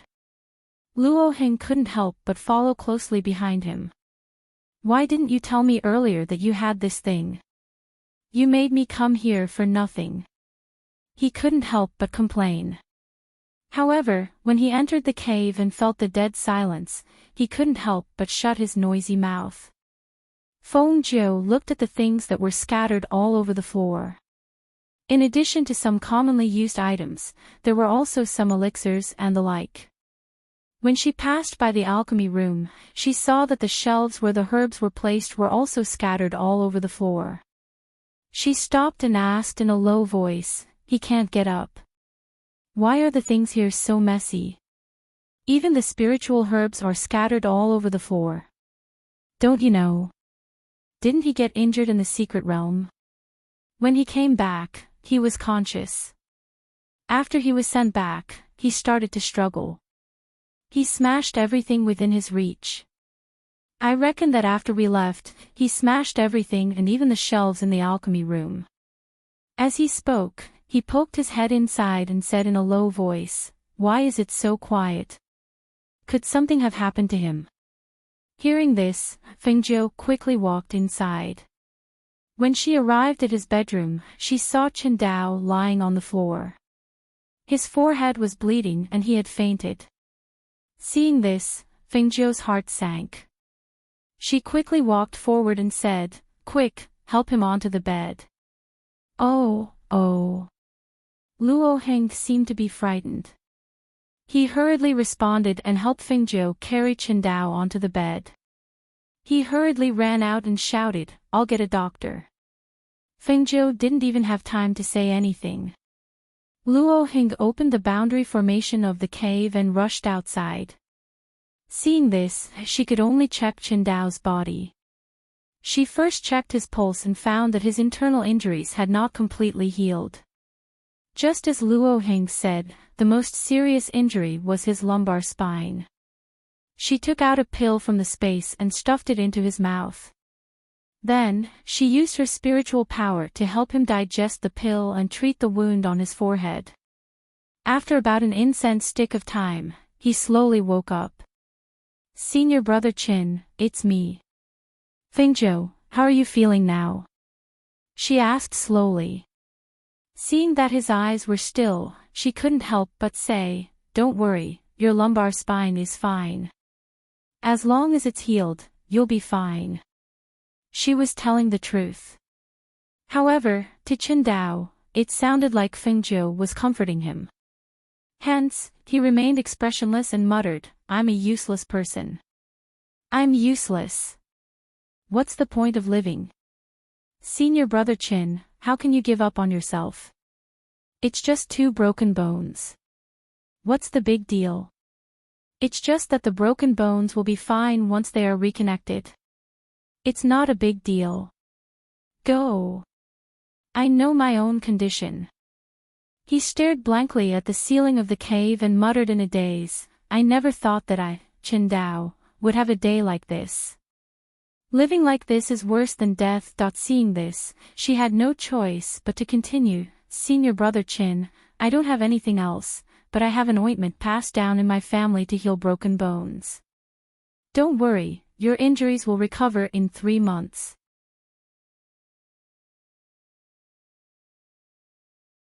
Chapter 1462. "I appreciate your kindness," Qingdao said indifferently.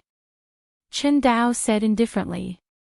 He could no longer find the arrogance and confidence he had in the past. There was only deathly stillness and despair. After experiencing such a thing, if he could only lie in bed as a cripple for the rest of his life, how could he accept it? Maybe he had never thought that he would encounter such a thing. It was completely out of his expectations, and he did not know what to do. "Senior sect brother Qin, you have helped me many times since I entered the sect. Now that you have encountered such a thing, let me help you," she said softly. "Don't be in a hurry to refuse. Just try for a while. Really, please believe me. The sect's doctors and pill masters have all said they cannot cure me. How can you help me? Fengjiu, don't waste your efforts. It is useless." "How do you know it is useless if you don't try? There are many things in life that can only be known after trying. Even if others tell you it is useless, Even if others extinguish the flame of your hope, you should not let the flame of hope in your heart be extinguished. Hearing this, Chen Dao stared blankly at him. Do I still have that hope? You do not know. A disciple of the same peak, a disciple who always called me senior sect brother, I saved him, but he pushed me to my death. I know that human nature is selfish. However, I never thought that a person I saved would push me to my death instead of helping me when I was on the brink of death. Ha ha ha ha. I deserve it. I deserve it. I saved someone I should not have saved. I deserve it. Seeing him shout emotionally, sometimes crying and sometimes laughing crazily, Fengjiu went forward and pressed him down. Senior sect brother Qin, you did not do anything wrong. The fault does not lie with you. The heavens will not let you lie in bed and be unable to stand. Get out. Get out. Get out.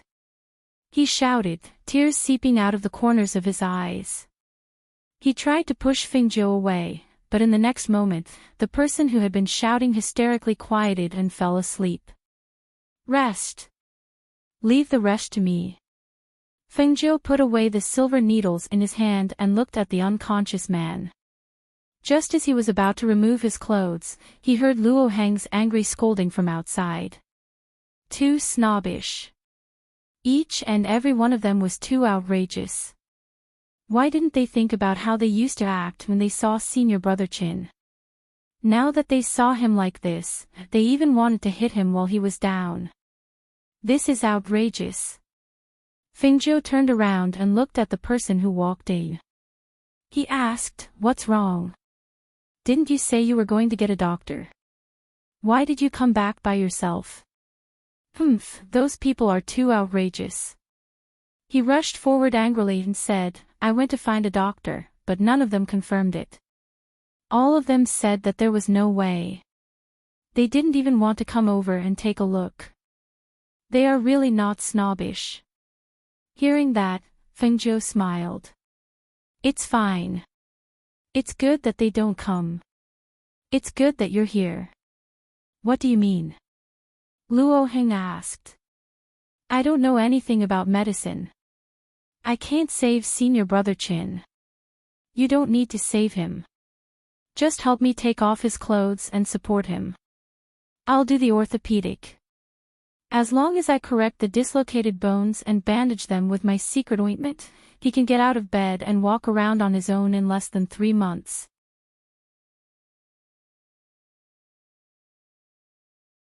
Chapter 1463.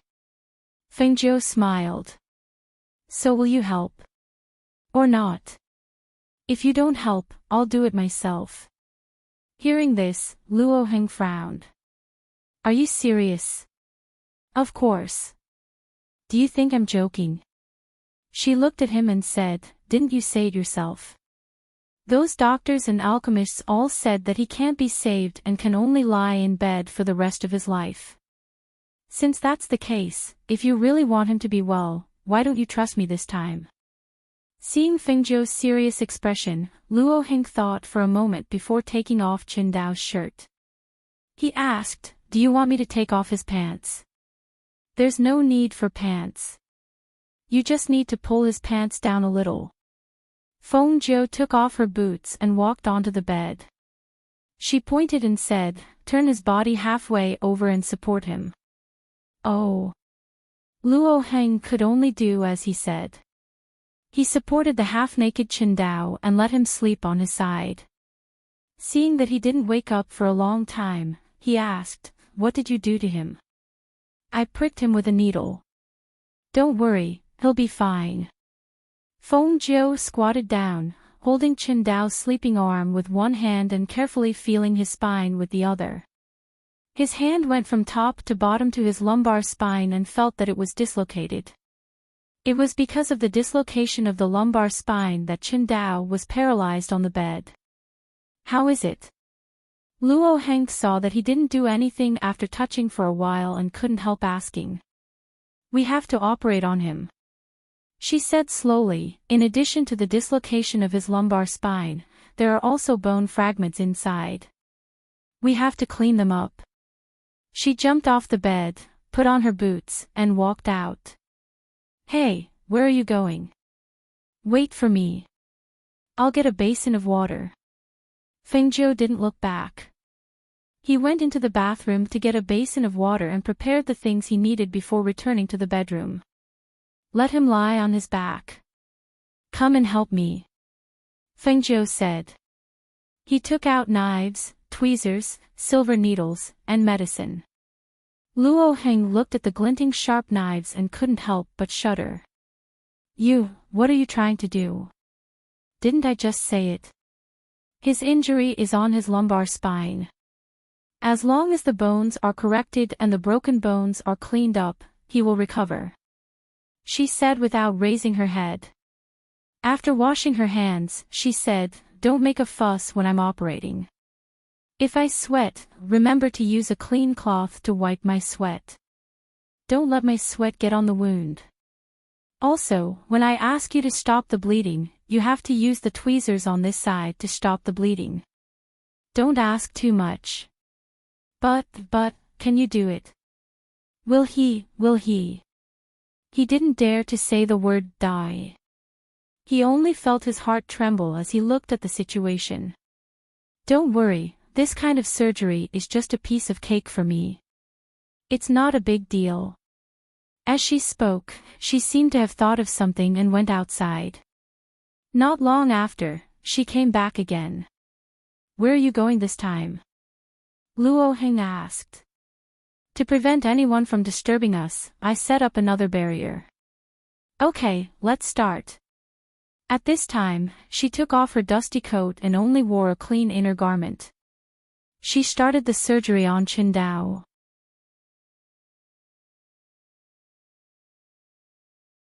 Chapter 1464. Following that, Fengjiu's skillful movements left him dumbfounded. His mind went blank, and all he could think of was the shocking scene in front of him. He never knew that a broken bone could be treated this way. He never knew that someone could do such a thing. He also didn't know that there was someone with such superb medical skills in this world.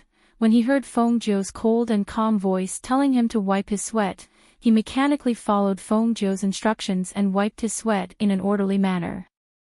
When that voice told him to stop the bleeding, he picked up the gauze with tweezers and stopped the blood from seeping out of the wound. After an unknown amount of time, he felt dizzy. When he saw Fengjiu sewing up the wound on Qingdao's waist with an embroidery needle, he opened his mouth and didn't know what to say. It turned out that human flesh could be sewn as clothes. Okay, the surgery is done. Fengjiu exhaled softly. The 4-hour surgery was finally completed, and the situation wasn't too bad. Actually, the recovery speed could be faster, and that was to use something to correct the displaced bones and fix them. However, that would be too troublesome. At that time, she would have to operate again to remove the things inside. Therefore, she used another method. Although it would be slower to let him recover naturally, at least she wouldn't have to operate again. Is it done? Luo Heng mumbled. When he saw Fengjiu nod in response, he finally couldn't take it anymore and fell to the ground with a thud. Ha! Fengjiu was stunned. She looked at Luo Heng, who had fainted on the ground, dumbfounded. What was going on? She went forward to check on him.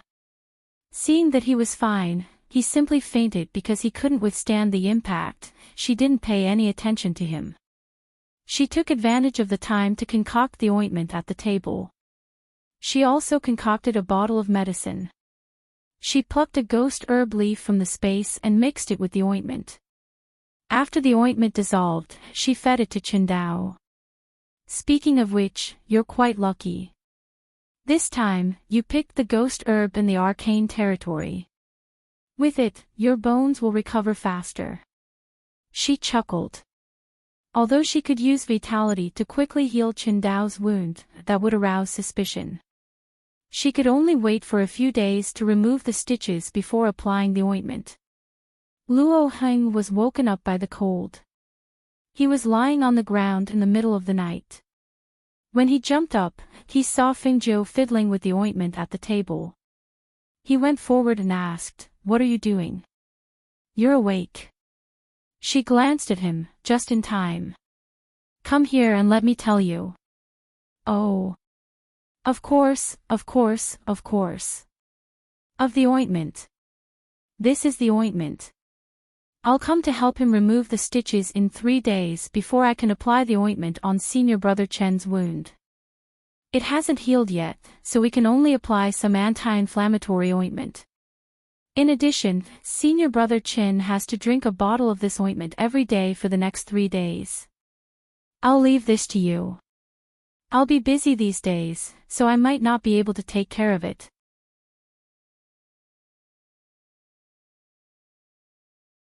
Chapter 1465. His injuries haven't been stabilized yet, so try not to move him when he's lying on the bed.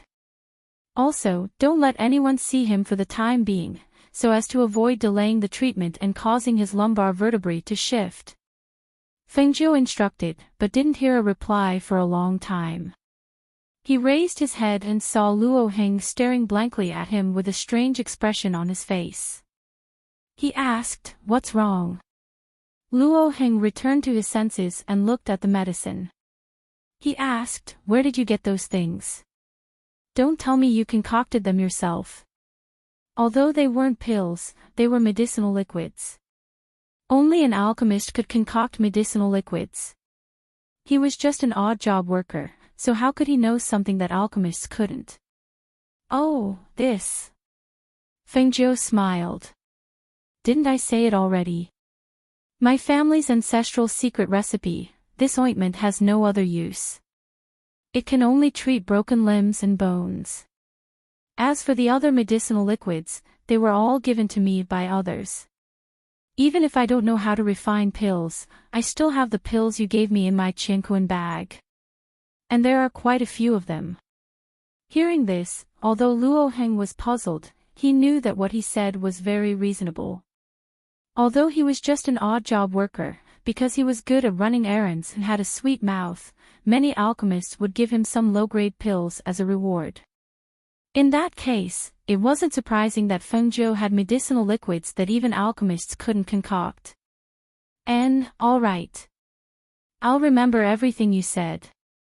He nodded and put away the medicine on the table. He then said to Fengjiu, "Senior Marshal Brother Qin, leave everything here to me. I'll remember everything, so don't worry." "All right." Fengjiu nodded and told him a few other things in detail before leaving first. The next day, she wanted to go to the 8th peak to visit her mother under the guise of delivering the spiritual medicine. Unexpectedly, just as she walked out of the cave, she saw her mother walking over from not far away. She was stunned for a moment before quickly walking forward. "Senior uncle, what's wrong?" Thinking about it, it was quite funny. She was clearly his mother, and they already knew his identity, yet he still addressed her as senior uncle. "You live here?" Shengwan Wanrong looked at the simple and crude cave behind her and frowned slightly. "The odd job disciples live here." She squinted her eyes with a smile and asked, "Do you want to go in and sit?" Shengwan Wanrong nodded and entered the cave with her.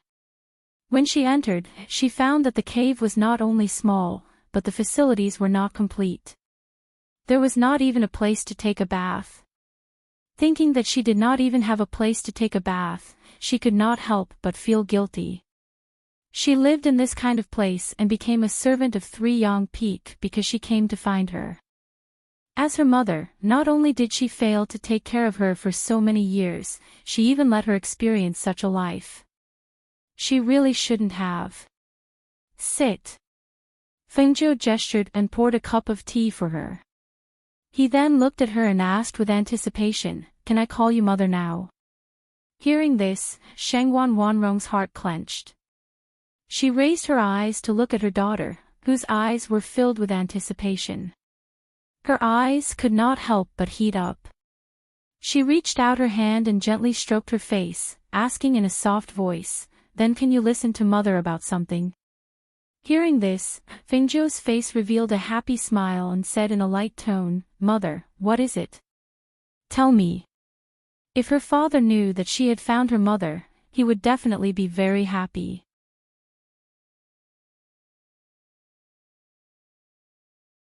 Chapter 1466. Fengzhou's smile faded. He looked at her and asked, "Then will you come back with me, mother?" "I can't leave. Master said that I have to reach nascent soul within 3 months and become a nascent soul cultivator. Otherwise, he'll exile me to the wastelands of extreme evilness and make me experience the most miserable of survival breakthroughs." Shengguan Wanrong looked at her and said, "I've come today because I want you to leave as soon as possible.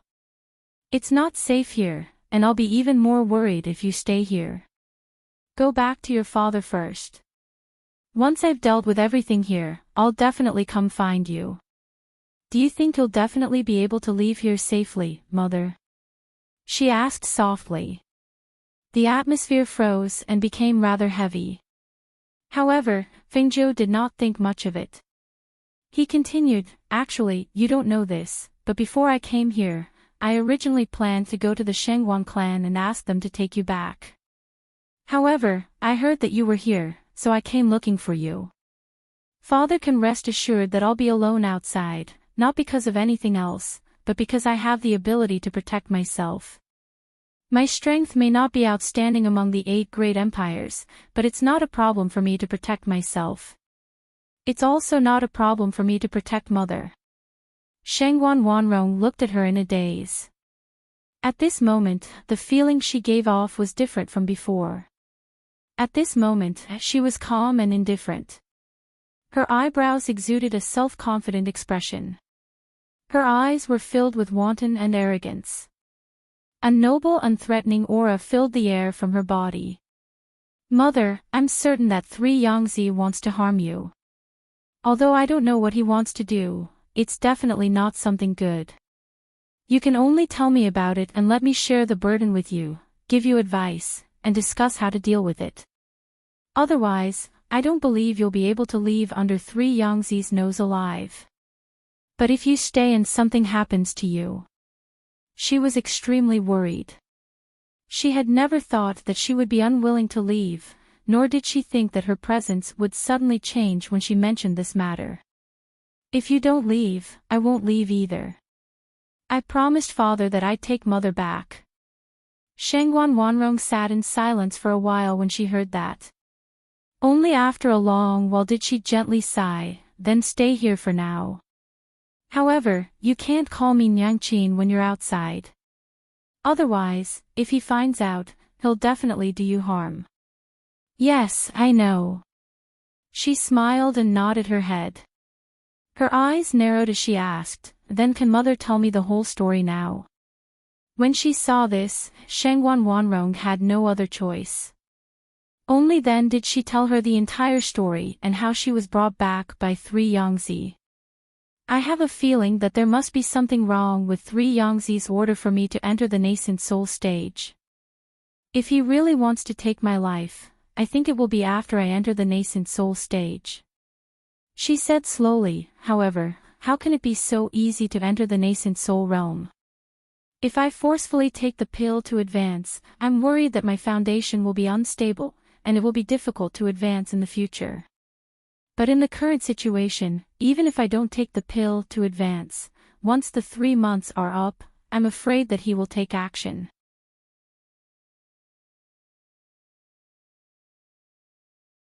Chapter 1467. "No."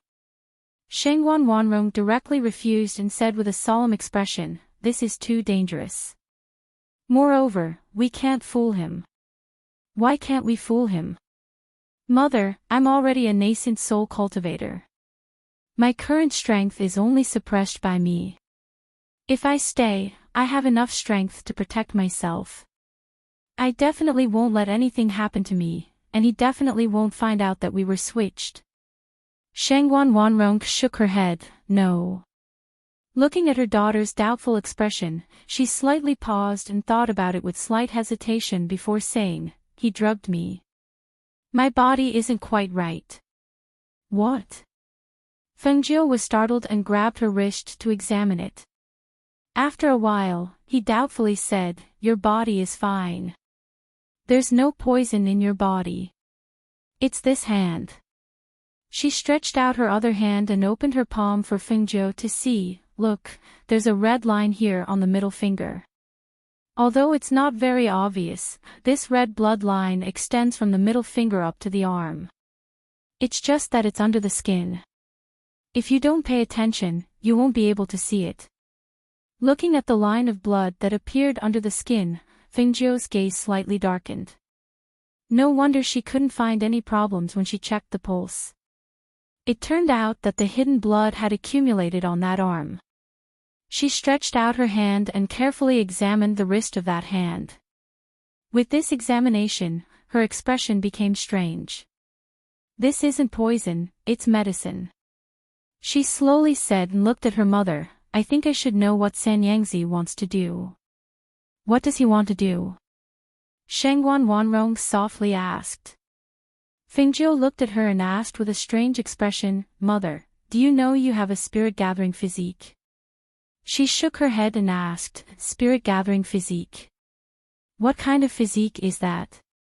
What's the use of it?" Aside from being imprisoned in the Shangguan clan, she was brought here and came in contact with matters related to medicinal pills. She didn't know anything about this physique. The spirit-gathering physique is like a mobile spiritual energy storage device. The reason why Sanyangzi wants you to advance to the nascent soul realm is so that he can use your nascent soul to refine pills after you condense it. She looked at Imo Tiange's shocked face and continued, "The nascent soul of a person with the spirit-gathering physique is the purest. A nascent soul that is like a newborn has gathered all of your essence and blood. Furthermore, the medicine on your arm was prepared for him to use to concoct pills after you enter the nascent soul stage. To put it bluntly, he wants to use you as a human furnace to concoct pills that will allow him to live." Human furnace. Shangguan Wanrong's complexion turned pale, and a storm surged in her heart. She knew that there was no such thing as a free lunch in this world. If she wasn't useful, why would 3 Yangzi bring her here and say that he wanted to take her in as his last disciple? So it turned out that he had this idea. He wanted to use her as a human furnace to concoct an immortal pill for himself. "And, Mother, the medicine on your arm right now are all top-quality spiritual herbs. Each stalk is at least 500 years old. I don't know what method he used to lock in the medicinal properties of your arms so that they won't be lost, but one thing is certain. These things aren't harmful in your body. It's just that these medicines haven't been refined into pills, so you won't be able to absorb them in your body."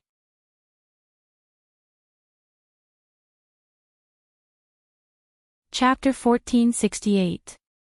No, it's not harmful to you. It's just that the medicine is currently locked onto your arm. If the medicine spreads, it'll be different. Fengjiu slightly frowned, thought for a bit, and said, "It's a bit difficult to be sure right now. Even if I can disguise myself as you and learn everything, it'll be useless. He'll definitely be able to see through it. Also, among these medicines, there's a medicine that prevents you from escaping, the purple gold orange jasmine." She slowly walked around the cave as she thought of a solution. After a while, she said, "The other medicines are fine. You can find a time to let your blood out and get rid of the medicine. However, this purple gold orange jasmine is a latent medicine. If you leave 3 Yang Peak too far away, this purple gold orange jasmine will become a poison. The only medicine that can cure this purple gold orange jasmine is the accompanying herb of the purple gold 3-leaf grass. Then when I entered the secret territory, why didn't the purple gold orange jasmine turn into a poison?" Shangguan Wanrong asked curiously. "That must be because you have the scent of the purple gold 3-leaf grass on you." Shangguan Wanrong shook her head, "But I don't have that thing on me. If I did, I would definitely know. The purple gold orange jasmine doesn't have any scent. Even if it's in your body, you won't be able to detect it. However, it can sense the accompanying herb. The purple gold orange jasmine that leaves the accompanying herb will become a poison. The accompanying herb that leaves the purple gold orange jasmine will also wither after 7 days. Hearing this, Shangguan Wanrong said, "If that's the case, then I'll pretend that I don't know anything and continue to cultivate. I'll leave after I find the accompanying herb. But if you do that, your situation." Feng Jiu was a bit worried. "It's okay. Nothing will happen." She revealed a smile and said, "You, on the other hand, take care of yourself here. I won't come to see you about this to avoid arousing suspicion." "Okay, I'll secretly go see you." Feng Jiu calmed herself down and squinted her eyes with a smile. "Don't worry, mother. You're not alone. And I know." Her eyes were slightly red as she reached out and hugged her tightly.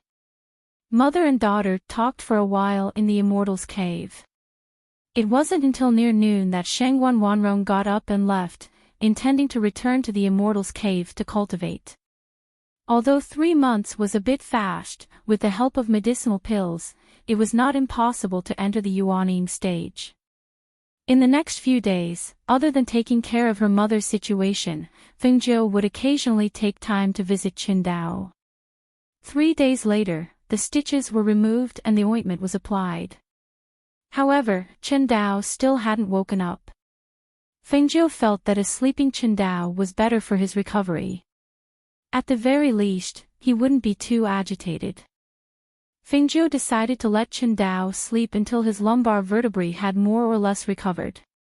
At that time, Qingdao would be able to see the results and wouldn't move his body and cause the wound to open again. On this day, Feng Jiu came to Qingdao's cave abode again. Before he got close, he heard Luo Heng's voice coming from inside the cave abode. Feng Jiu, you're here. Come in, I have something to tell you." She stepped forward and asked, "What's the matter?"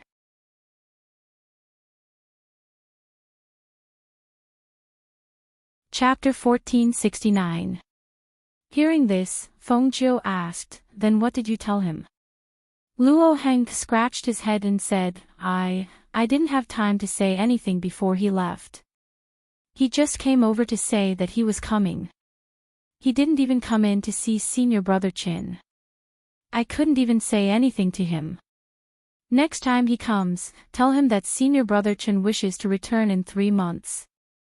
If he asks why, tell him that Senior Brother Qin has lived here for so many years that he has developed feelings for this place. He knows that once he returns, he won't be able to return.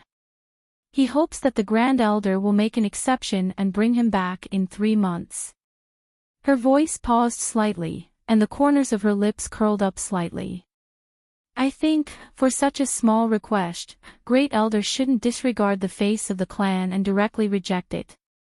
Luo Heng was puzzled and asked, "Why don't you just tell him that you're treating Senior Brother Qin? That he'll recover in 3 months. Is it because you're not confident?" He thought that it would be more direct and clear. Why did he have to beat around the bush? Feng Jiu rolled his eyes speechlessly. I'm just a servant. Even you don't believe that I can cure Senior Brother Qin.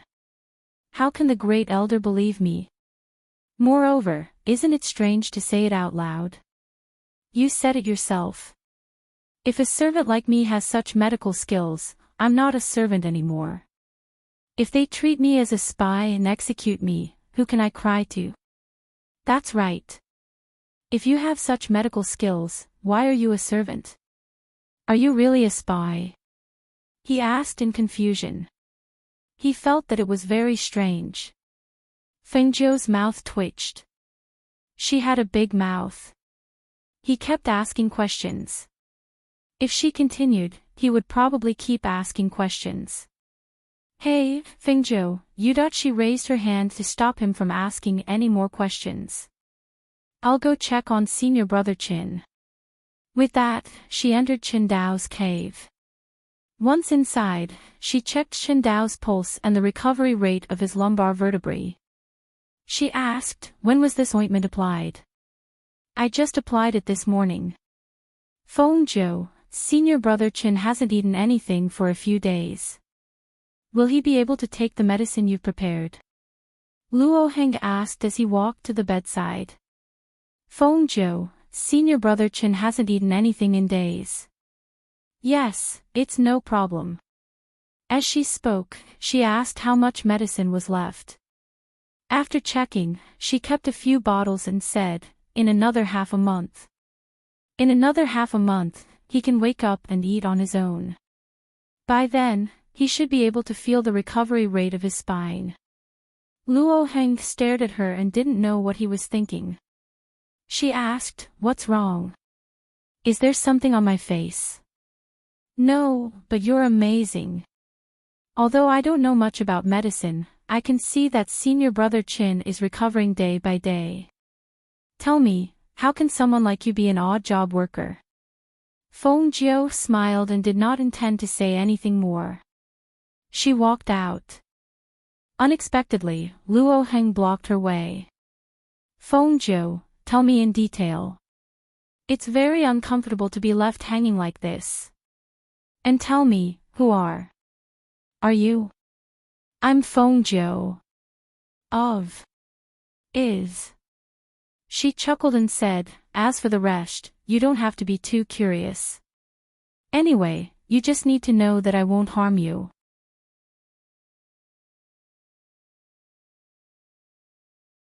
Chapter 1470.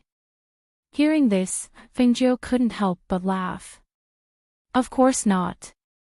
You're a great alchemist. How can I compare to you? Alright, I'll go back first. I'll come back in a few days. With that, he waved his hand and left. Luo Heng stood outside the cave and watched. He had been living here for a while. Other than being able to take care of Qingdao, it also saved him the trouble of running around. Although he hadn't interacted much with Qingdao before, he still respected his character. Now that he was in such a state, although he couldn't save him, he could help to take care of him.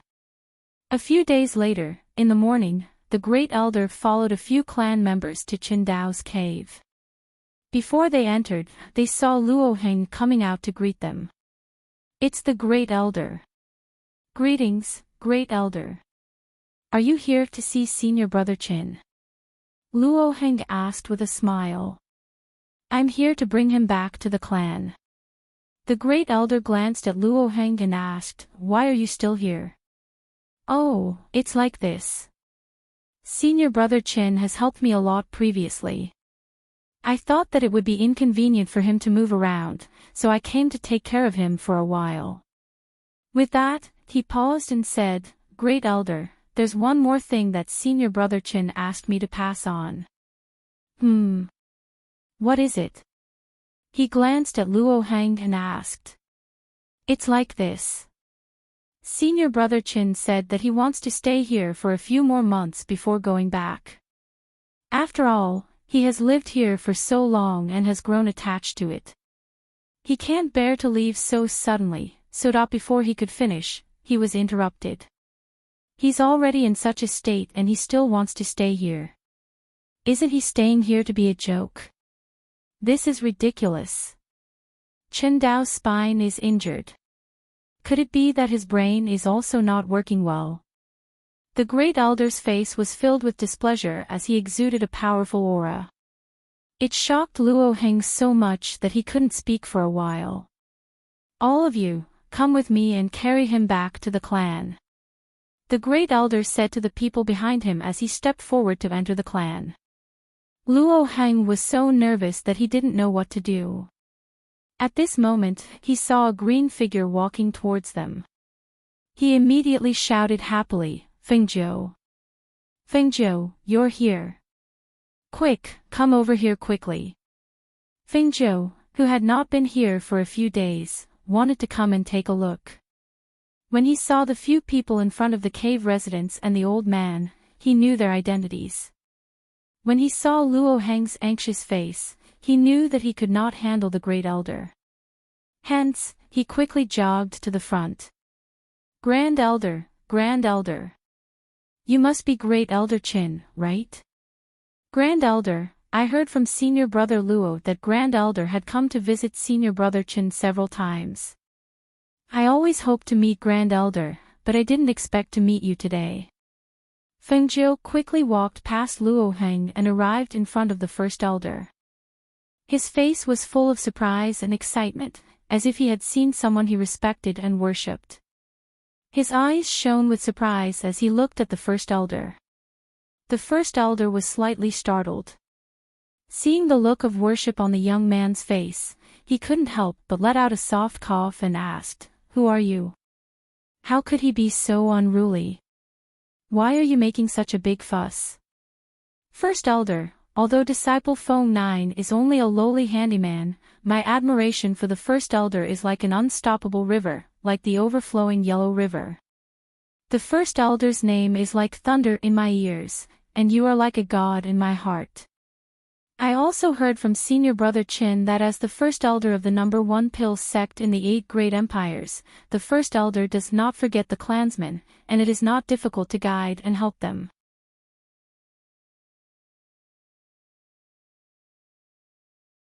Chapter 1471.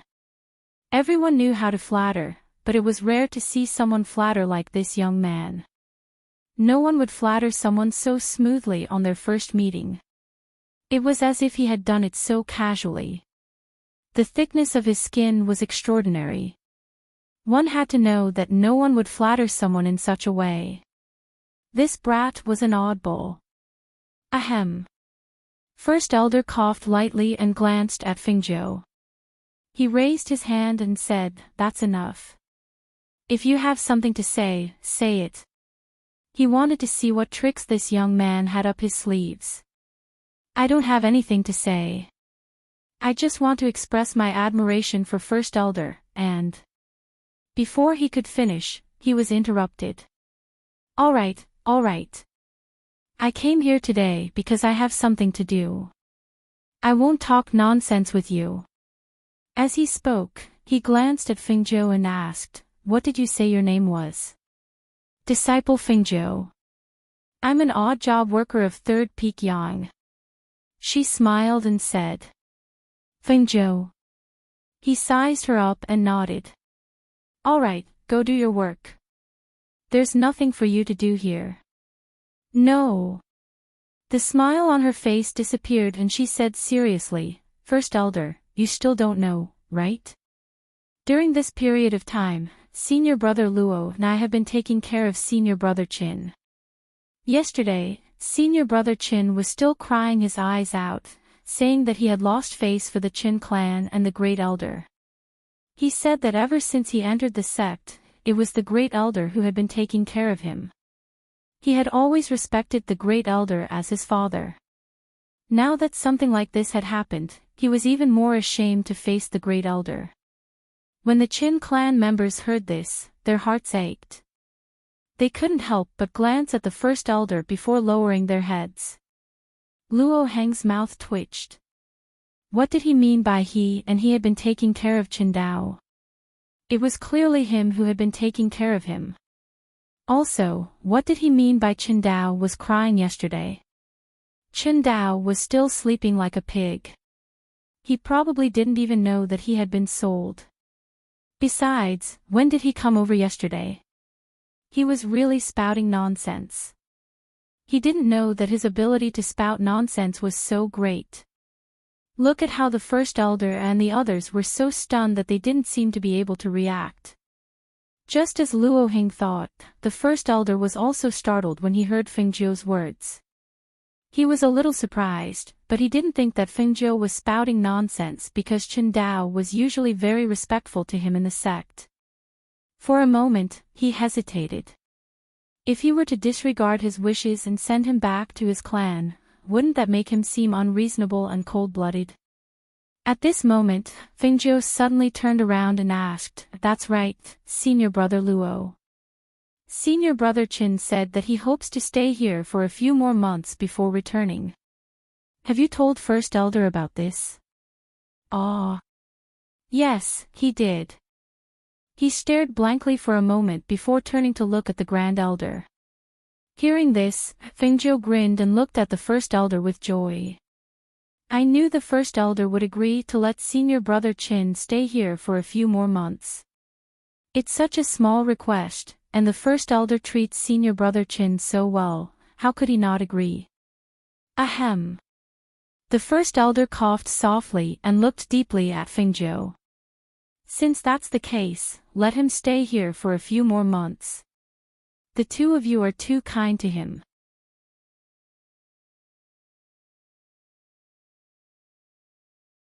Chapter 1472. Luo Heng heaved a sigh of relief as he watched them leave. He stepped forward and patted Fengzhou's shoulder. You're really something. You actually managed to change the Great Elder's mind like this. You don't know that I did as you said, but he didn't listen and insisted on bringing Qindao back. Fengzhou smiled. He looked at the 2 bottles of medicine in his hand and passed them to Luo Heng. Take them. Let's go in and take a look at Senior Brother Qin. Seeing the figure striding inside, Luo Heng hurriedly followed after her. The 3 Yang Peak appeared to be calm and tranquil on the surface. However, as Shengguan Wanrong entered into closed-door cultivation, the thoughts of Duanmu Bai and the others started to float. They kept having the feeling that something was about to happen. However, even if they were people of the same generation as the martial uncles in the 3 Yang Peak, they had no way of asking about their master's matters. As a result, the worries and doubts in their hearts kept lingering, and they were not in the mood to cultivate. On this day, the 4 of them met under the tree in front of the cave abode to drink tea. After drinking a cup of tea, the 4th-ranked pill master broke the silence and asked, "What do you think our master is trying to do?" After returning, junior sister only went to our master's 9 peaks once before going into seclusion. Although nothing happened recently, I still feel uneasy. There's nothing we can do about it. We can only wait and see. Nothing happened now, so we can't overstep the rules, right? The 2nd-ranked pill master said as he took a sip of tea. Eldest senior brother, what do you think? Another person asked Duanmu Bai, who was silent. Just as 2nd junior brother said, nothing happened, so we can't do anything. Duanmu Bai looked down as he said that. Even if they knew their master's intentions, they could not stop everything from happening. He only hoped that his junior sister could leave this place. This way, they could prevent their master from killing his disciple. However, this was only his guess. How could he say it out loud? The few of them drank their tea in silence, and their minds were filled with different thoughts. A few days later, because the 3 Yang Peak looked peaceful on the surface and Fengzhou had nothing to do, she went to Qindao's cave abode again. Calculating the time, it had been half a month since she had operated on Qindao. After such a long time, she should be able to wake Qindao up. Luo Heng, who had been counting the days, was also very excited because he couldn't wait to see the effects of Qindao's recovery and let him tell them the results. Therefore, when the full 15 days were up, he had been pacing back and forth outside the cave residence waiting for Fengzhou early in the morning. When he saw Fengzhou leisurely walking towards him, his eyes lit up as he raised his hand and shouted. Fengzhou, Fengzhou, walk faster, don't be so slow. I have been waiting for you for a long time. She smiled, and not long after, she walked up to him. What's the hurry? Aren't I here now? She walked past him and asked, has anyone come to disturb Senior Marshal Brother Chen recently? Tisk.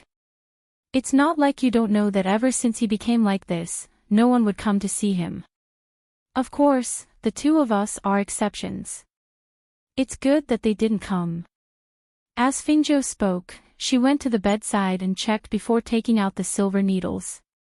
Half a month has passed, and his bones are recovering well. Although he can't get out of bed yet, at least they are fixed and won't move easily.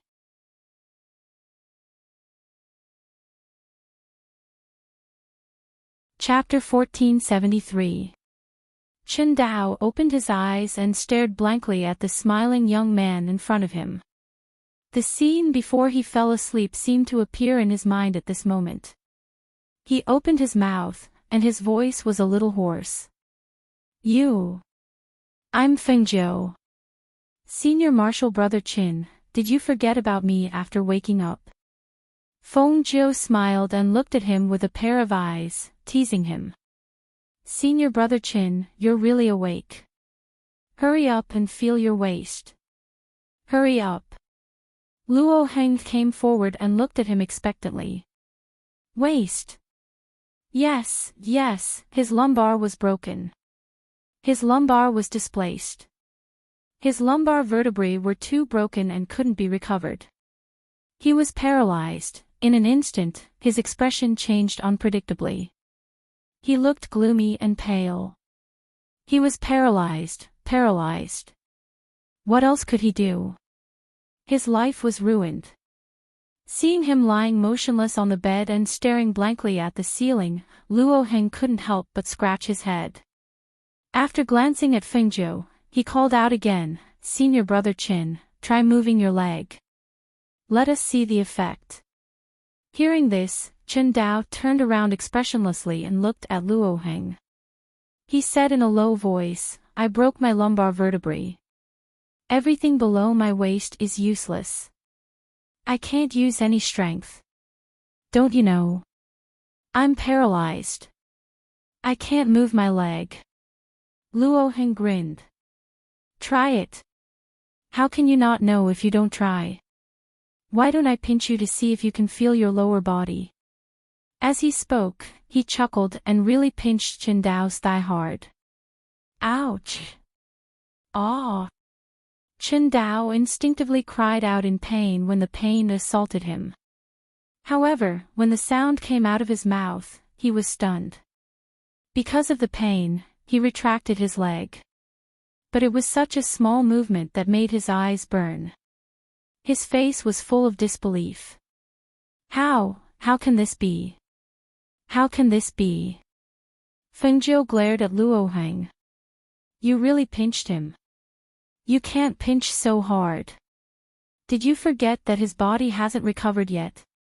What a mess. I was just thinking, what if he doesn't feel anything when I pinch him too small? So I pinched a little harder. Look, isn't it feeling now? Of course, he wouldn't say that it was a rare opportunity to pinch Chen Dao's thigh in front of him. It would be a waste not to pinch it. After all, he had been so busy taking care of Chen Dao for the past half a month that he had become haggard. He hadn't even been able to sleep well. Chen Dao was dumbfounded as he said in disbelief, My waist.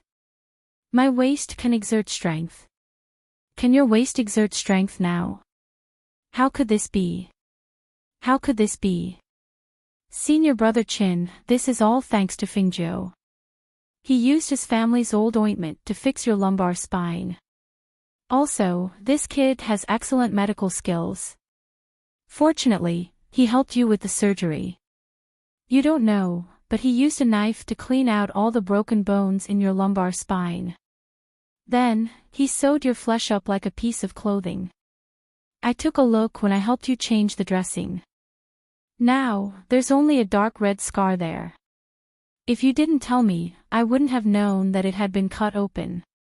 Fengjiu rolled her eyes and pushed Luo Heng aside. Okay. Let me talk to you. Luo Heng's words were messy and scary. Okay. Let me talk to you. Luo Heng was speechless.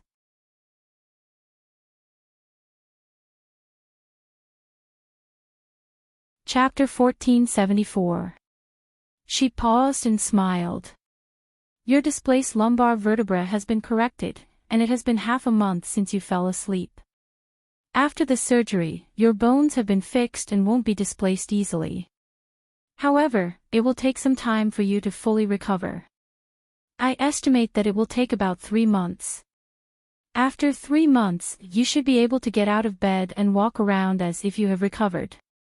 Listening to Fengjiu's words, Chen Dao seemed to hear the sound of his heart beating like thunder. His words were like a ray of sunshine that suddenly appeared in the dark sky, dispersing the haze that enveloped him. It was also like he, who was about to drown, hugged a piece of driftwood and regained his vitality. His originally dead heart was rekindled with hope at this moment. His original despair turned into hope at this moment. Those who had not experienced all of this would not understand the excitement and joy in his heart at this moment. They would not understand the excitement and uncontrollable emotions of someone rescuing and pulling him out of a hopeless situation in the darkness of despair. It was said that men did not cry easily. However, at this moment, his eyes were red and hot tears overflowed. Those were tears of joy and excitement. Can I really stand up? Can I really return to how I was before? Will I really not become a cripple? The 3 questions in a row showed the eagerness and excitement in his heart. Fengjiu smiled slightly and said with certainty, "Of course. If I say you can recover, you will definitely recover. However, the premise is that you have to cooperate with the treatment after you wake up. The ointment can't be stopped for a day, and you can't move your lumbar vertebra at will. During this period, you have to lie down." Okay. I'll lie down. I won't move. I won't move." His voice was choked with sobs. His hands were tightly clenched into fists to suppress the excitement in his heart. "You just woke up and your emotions aren't too agitated. Take a rest first," she said and beckoned Luo Heng to go out with her. Then, she asked, "How much ointment do you have left? If it's not enough, I'll have to transfer more." "Wait, I'll take it to you." Luo Heng walked inside and took out the medicine that Fengjiu had prepared for Chen Dao. "Look, there's still so much left. As for these medicinal liquids, there are still a few bottles left. These few bottles of liquid medicine should be enough for him to drink. As for the ointment, well, I'll bring some over in a few days. That should be enough." She continued, "You've been taking care of him for a while. Now that senior brother Chin is awake, do you want to go back and have a good rest?" "No need." Luo Heng waved his hand. "He also has an empty room here. I've gotten used to it recently. I'll go back when he's better. Otherwise, once the news of Senior Marshal Brother Chen's sudden recovery spreads, you will be in trouble." Hearing this, Fengjiu smiled and patted him on the shoulder. "Then I'll have to trouble you. We are all brothers. Why are you saying this?" Luo Heng smiled and said, "Come, let's go in and chat with him." Thus, the 2 of them walked in again and briefly told Chen Dao about what had happened recently, including the fact that the first elder had sent someone to bring him back.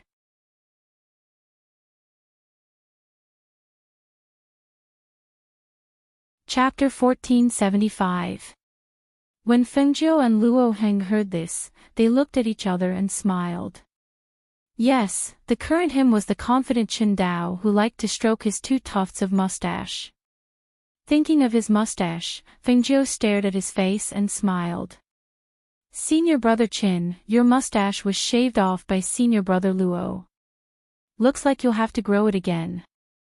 Seeing Chen Dao instinctively reach out to touch his beardless mouth after being startled, Luo Heng couldn't help but smile. "Hee, I thought that it would be easier to clean it after shaving it off, so. It's okay, I'll grow it again." He smiled and sincerely thanked the 2 of them. "Thank you so much for this period of time." "It's nothing, you don't have to thank us. That's too formal." Luo Heng smiled. "That's right. Senior brother Chin has also helped me a lot. I'm very happy to be able to help senior brother Chin." Fengjiu said with a smile. "Fengjiu, you've given me a new life. I, Chen Dao, will always remember this great kindness. In the future, if you need me for anything, I will definitely not refuse." Senior brother Chin, you're too serious. She smiled and said, this is actually not a big problem, Senior brother Chin, you don't have to take it to heart. Then, she paused and said, since Senior brother Chin is awake, I'll go back first. Chin Dao nodded and said to Luo Heng, Junior brother Luo, help me send Fingjiu out. Okay. Luo Heng replied and sent Fingjiu out. Seeing Fingjiu leave, Chin Dao, who was lying on the bed, slowly closed his eyes. Fingjiu knew that he was extraordinary when he first met him, but he didn't expect him to say that the illness that even the sex alchemists and doctors couldn't treat was not a big problem when it came to him. One had to know that the sex alchemists and doctors were first-class people anywhere, but such people couldn't even compare to him, a servant disciple. Or perhaps, he was not a servant at all.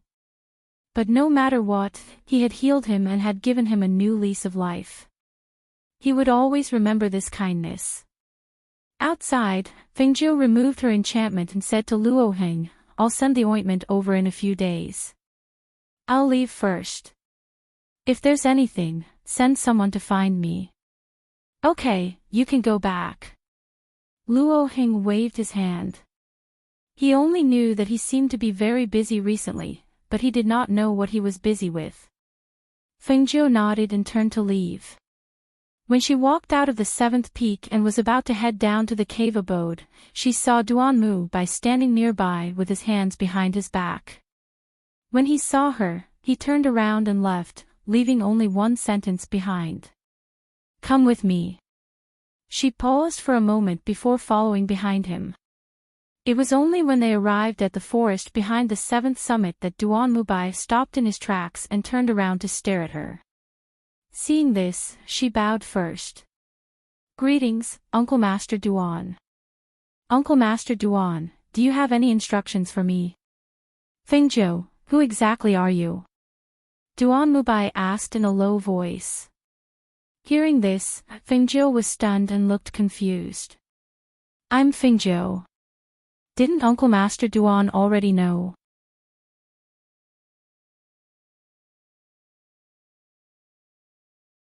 Chapter 1476.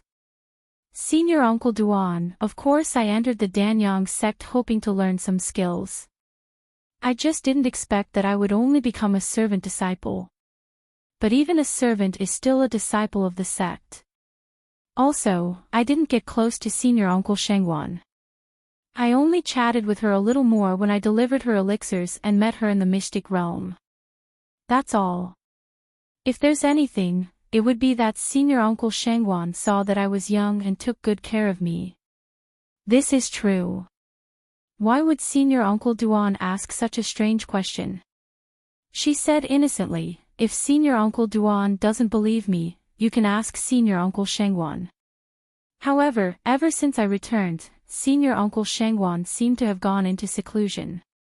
She hasn't asked me to deliver elixirs for a long time and I haven't seen her for a long time.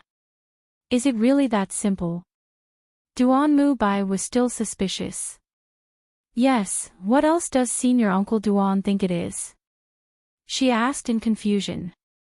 She tilted her head and thought for a while, then said, Is there a problem because Senior Uncle Shengwan's expression is gentler when facing me? Senior Uncle Shengwan is such a gentle person, isn't she always like that? Why would Senior Uncle Duan have such a strange idea and think that I have the intention to take over Senior Uncle Shengwan? She asked again and met his scrutinizing gaze with an open expression. There was no trace of fear in her clear eyes. Duanmu Bai stared at Fingjiu for a while and saw that the youth in front of him had an open and clear gaze. He withdrew his scrutinizing gaze and instructed in a low voice, Stay away from her in the future. With that, he turned and left. Fengjiu's eyes flickered as she watched Duanmu Bai turn around and leave. As she watched his figure gradually disappear into the distance, the corners of her mouth curled up, revealing a devilish smile. Her previous honest and simple demeanor had disappeared without a trace at this moment, leaving behind only shrewdness and devilish charm. I should have told you this later. Stay away from my mother if you have nothing to do. Otherwise, I won't be polite to you." Her clear and unhurried voice was heard. She withdrew her gaze and walked down the mountain with a smile on her lips.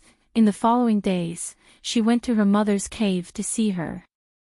Although the cave's array formation was fully activated, she had the jade token her mother gave her, so she could enter and leave the cave as she pleased. Days passed in peace and quiet. Chendao's injuries were getting better and better. He went from being unable to get out of bed to being able to walk around. His recovery speed was extremely fast. Moreover, the news of him being able to get out of bed and walk around was still sealed. Other than Fengzhou and Luo Heng, no one else knew. Chen Dao felt even more gratitude and admiration towards Fengzhou because it really was as Fengzhou had said. He had basically recovered in less than 3 months, and he should be able to make a full recovery in just a few more days. On this day, a few thunderous sounds came from the sky, as if someone was breaking through. Once the thunderous sound spread out, the people of the Three Yang Peak and even the Danyang sect were very surprised. Especially when the alchemists of the Danyang sect found out that Sheng Wanrong, one of the Three Yangzi's disciples, had broken through to the nascent soul stage, they were even more envious and amazed. This girl has not been in the sect for long, but her strength has improved very quickly. Back then, she was only a cultivator at the peak of the foundation establishment stage. Now, she has entered the nascent soul stage. You're tuning into the LoveLore Library YouTube channel. We're so grateful for your support, and don't forget to subscribe to join us on this incredible journey through captivating stories. Your generosity through donations truly makes a world of difference, as it's the primary source of revenue that allows me to expand and enhance this channel for you. Thank you from the bottom of my heart for being a part of this adventure.